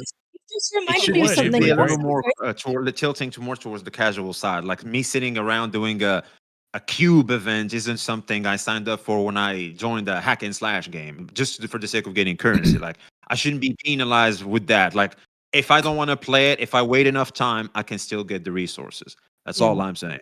Yeah, but I know I get it, V. But it goes back to the vast majority. It's there because they know the vast majority of players want that resource, and if they want to get that resource, they have to play through the event, and that increases play time. It's really just that simple. It gives more value to the premium currency. Yeah, it's garbage. Exactly. But it works. Welcome to gacha games. Lessen the amount of gacha. Remove a small layer of the gacha. It's still a goddamn gacha. Just remove a little of the layers. It ain't happening, brother. Look, you have to look at it this way. There's two types of gachas, and I've talked about this before to a few of you guys like Smack. But there's gachas that are about the events, and there's gachas that are about the main game. So when a new update happens in Wuthering Waves, a big part of it is the events. And like that will take up a lot of your playtime. But then the other types of gachas are an event is basically you clear a stage and you press a button and auto clears every day, and it gives you resources for the rest of the game. And the rest of the game you're constantly playing through every update. But those with are something Vulcan's like Wuthering favorite Waves, games, by the way. yeah, I mean me too usually. But for something like Wuthering Waves, it's about the limited time you go in, you do the story, you do the events, you're done. Like that's basically it. And if you didn't pull the character, you're done even sooner usually.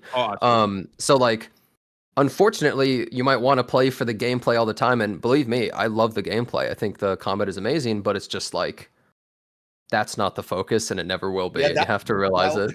A man can hope. That was my cope. Well, it wasn't even cope. It was just that was like my pseudo. So I still play Genshin. Like I still play the game. I play for the lore. Hey, nice. But you enjoy it. Yeah, I mean, Not Cry has been fun. But the point I'm getting at is one of the times where I had a lot of burnout from Genshin though was when I had to come to the same realization that we're talking about right now.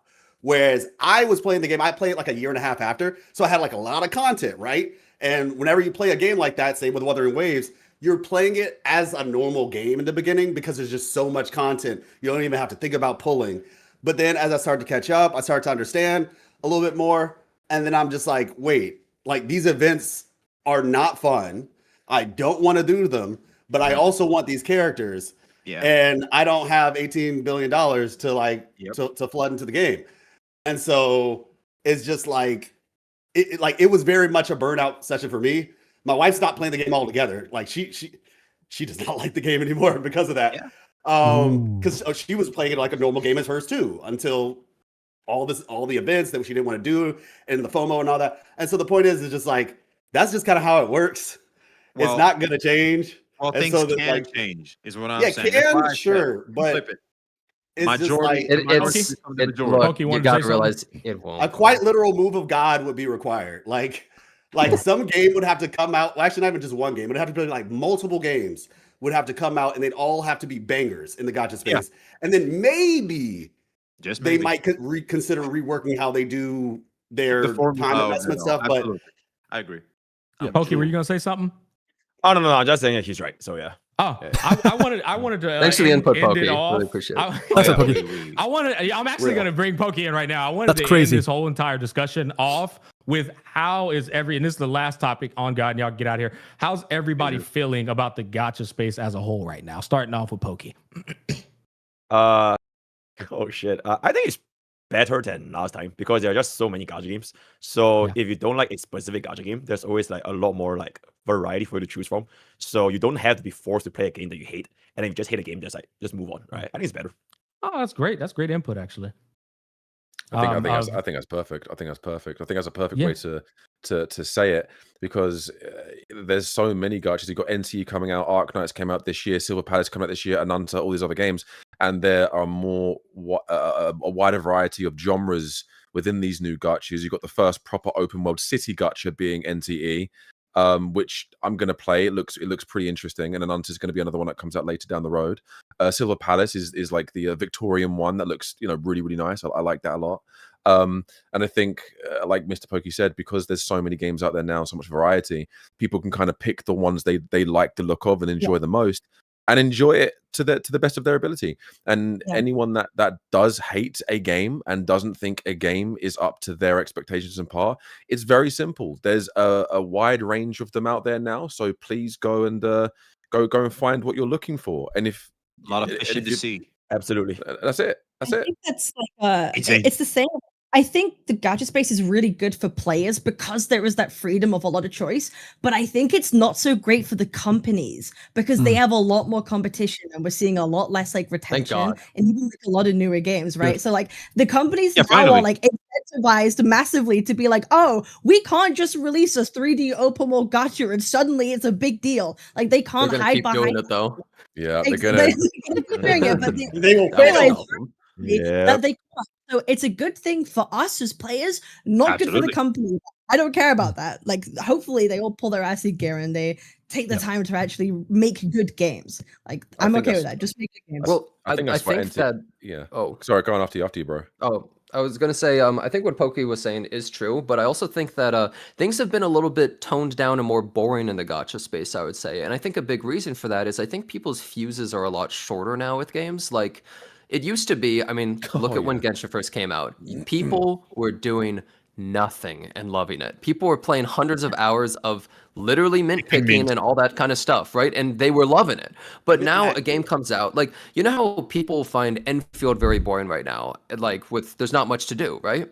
And the thing is, if it was during the Genshin era where it was fresh and new, people would be like, what do you mean? The game is still so great. I'm still setting up zip lines, right? I think people have realized they've seen that, done that in a lot of games, and it's harder to capture people's interests and make things more exciting. But a lot of games are still doing the same patches they've been doing for years and years now. And now people are finally starting to get a little bit bored. Damn, you got a whole meal delivered? You're like a bed and breakfast on a tray?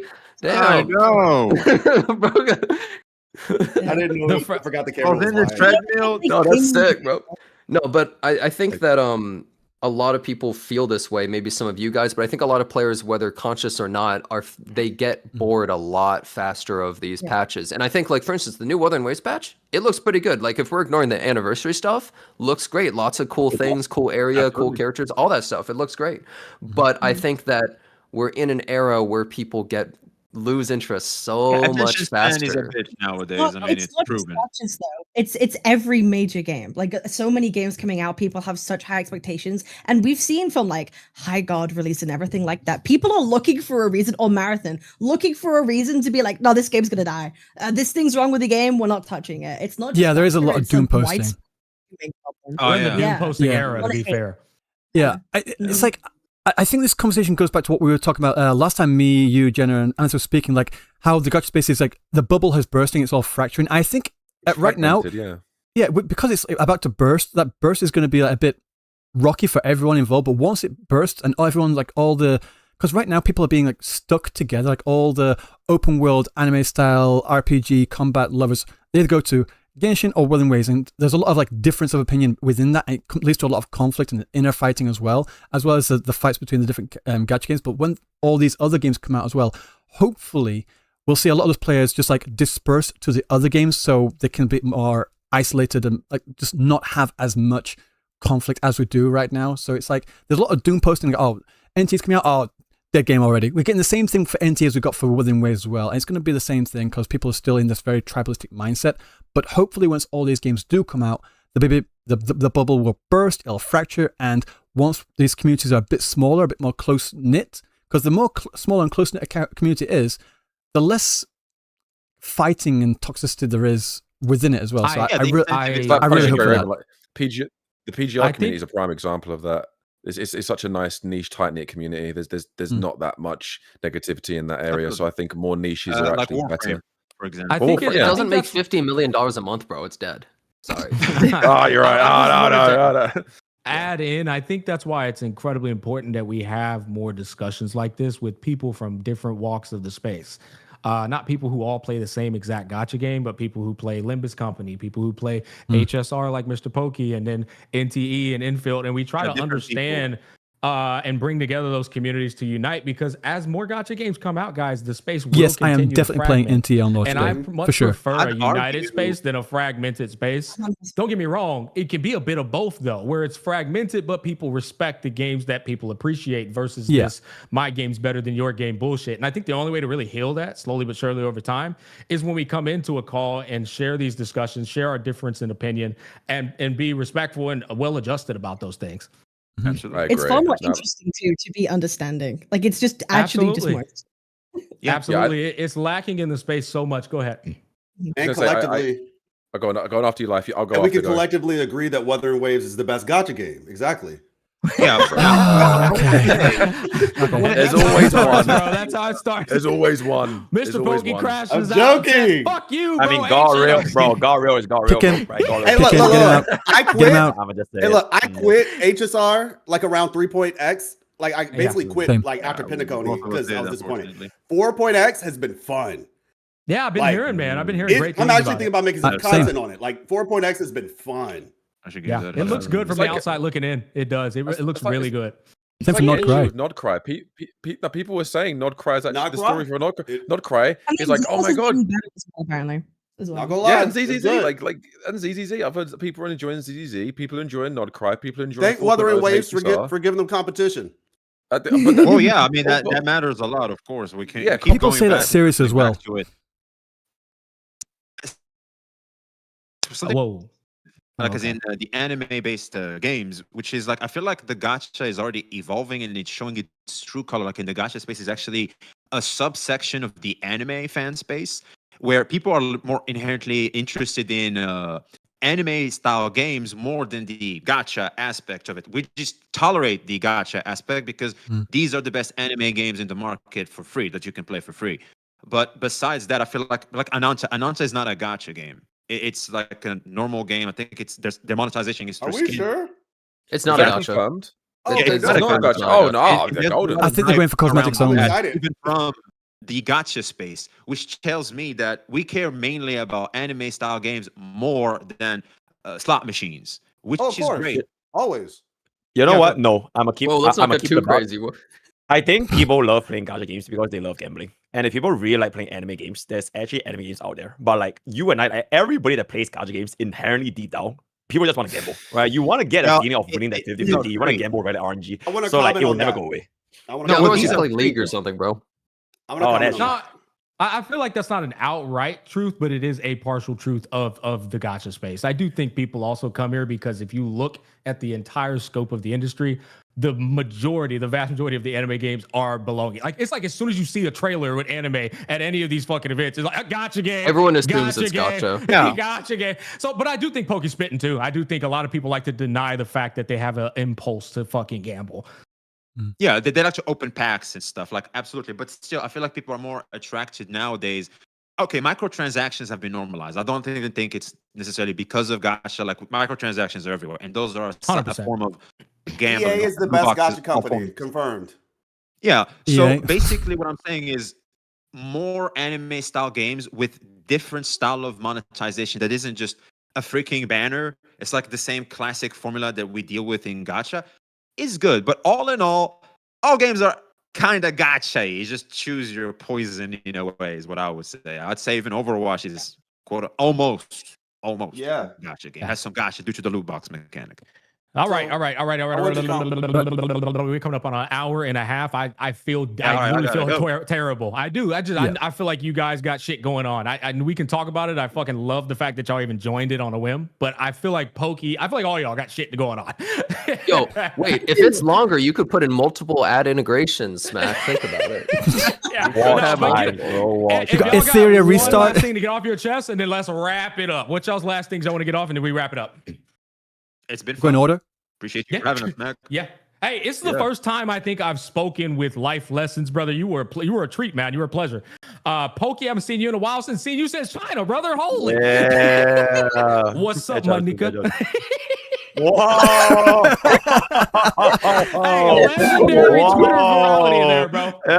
Oh, let's go. But do it again on stream right here. Do it again right here. Yeah. No.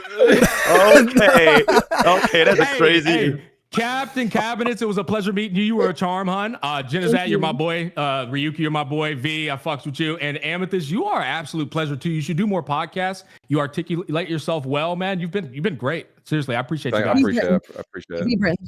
We should. All right. Biggie. Thank you. See you later, guys. Good. Bye. Thank you. All righty. All right. Ooh. Bye. I don't. Okay, so that was a conversation. That was a conversation and a half. Oof. So, yeah, it's coming up onto what? How many hours? 3 hours, 10 minutes. That was a fun conversation. I didn't get to mention the 10 pulls in the second half thing. I was trying to find a good way, a good moment to do that, but it's like the conversation got that. But it was mentioned near towards the beginning. I remember that because Smack brought it up. I remember that. But yeah. Oh, how do I feel? Tired. I'll be honest. Before stream, I wasn't feeling the most up for stream, but once it got kicked in, I was like, all right. But yeah, I've got to go to bed soon because I've got work in the morning. I was talking earlier about things that I thought were fucking hilarious. This is nothing to do with the stream. Apparently there's an account on Twitter that's impersonating me. Which is fucking hilarious. 1 second, let me try and bring it up. Where is it? Someone sent me a link to this account. And it's just like, yeah, you're going to get... 1 second. So this is an account that's changed their changed their username, changed everything. 1 second. Put it up. And display PMP. This one here. This Ryukuk Sensei. Absolutely fucking pathetic. And they're like tweeting like this here. This is funny because 2 or 3 weeks ago, some idiot on Gacha Grail posted this. Clearly edited, clearly photoshopped. This whole thing from LinkedIn. This is from a satire account. The thing is that people in Gacha Grail are such fucking morons that there are people in there that thought it was legit. Like they 100% thought it was genuine. I was like, it's clearly the most obvious Photoshop ever. But everyone in there combined has a collective IQ of about 2, if I'm being generous. And yeah, they're just saying the most unhinged stuff. I've reported them for impersonation, and if they continue, I will be like taking more action.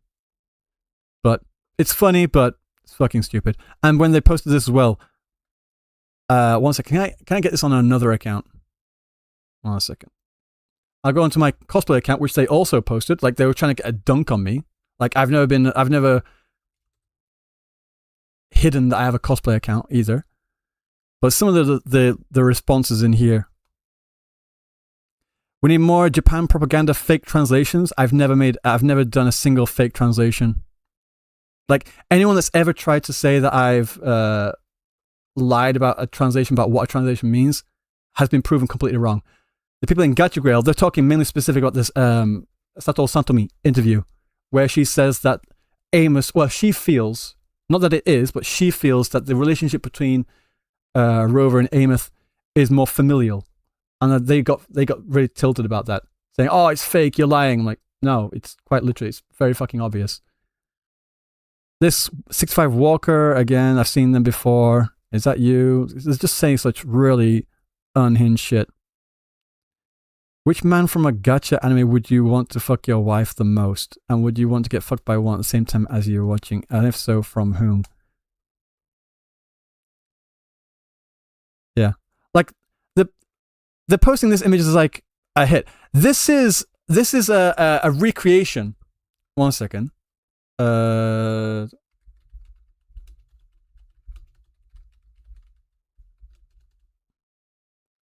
This is basically a recreation of this image here. He's wearing a blue suit there.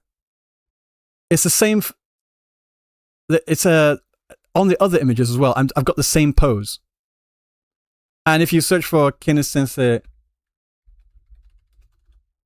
cosplay, mainly me, because I don't know if they know this, and this is me bragging right now.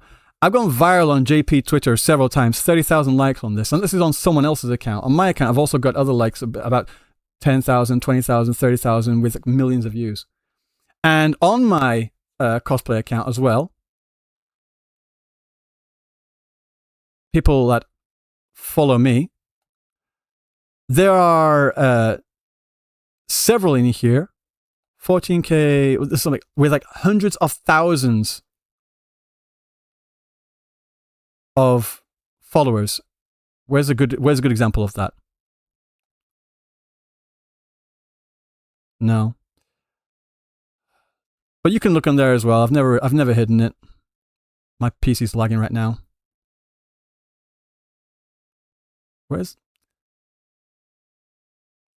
God damn it.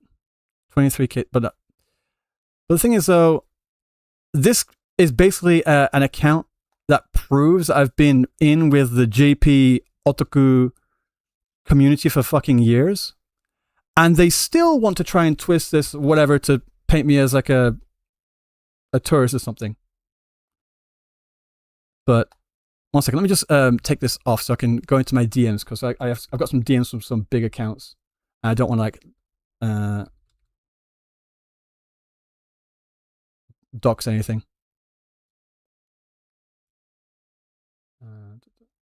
Not that one there. Where is it?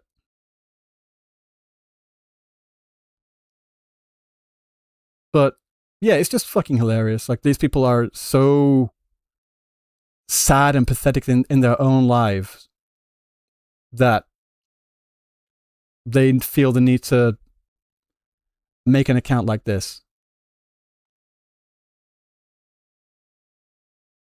She has like 74,000, but where's the big ones? I don't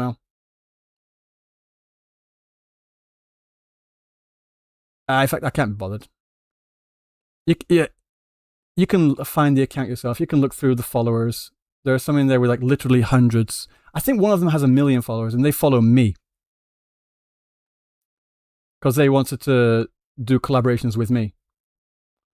So, I don't know. Absolutely fucking pathetic individuals. But it is what it is, you know? I'm literally known as like the real life Kenneth Sensei in Japan. But whatever. Anyway, I'll probably want to find them. I do appreciate that. Yeah. This Ryu Cook Sensei. Pathetic. Absolutely pathetic. Hilarious, but pathetic. So yeah. I'm gonna go. I will see you all next time. Thank you so much for coming. Thank you so much for being here. Yeah. They're literally users. I know. They're literally the most pathetic individuals that ever existed. Like, sorry excuses for things that can call themselves human. I'm going to go. Take care. Have a good night. Peace.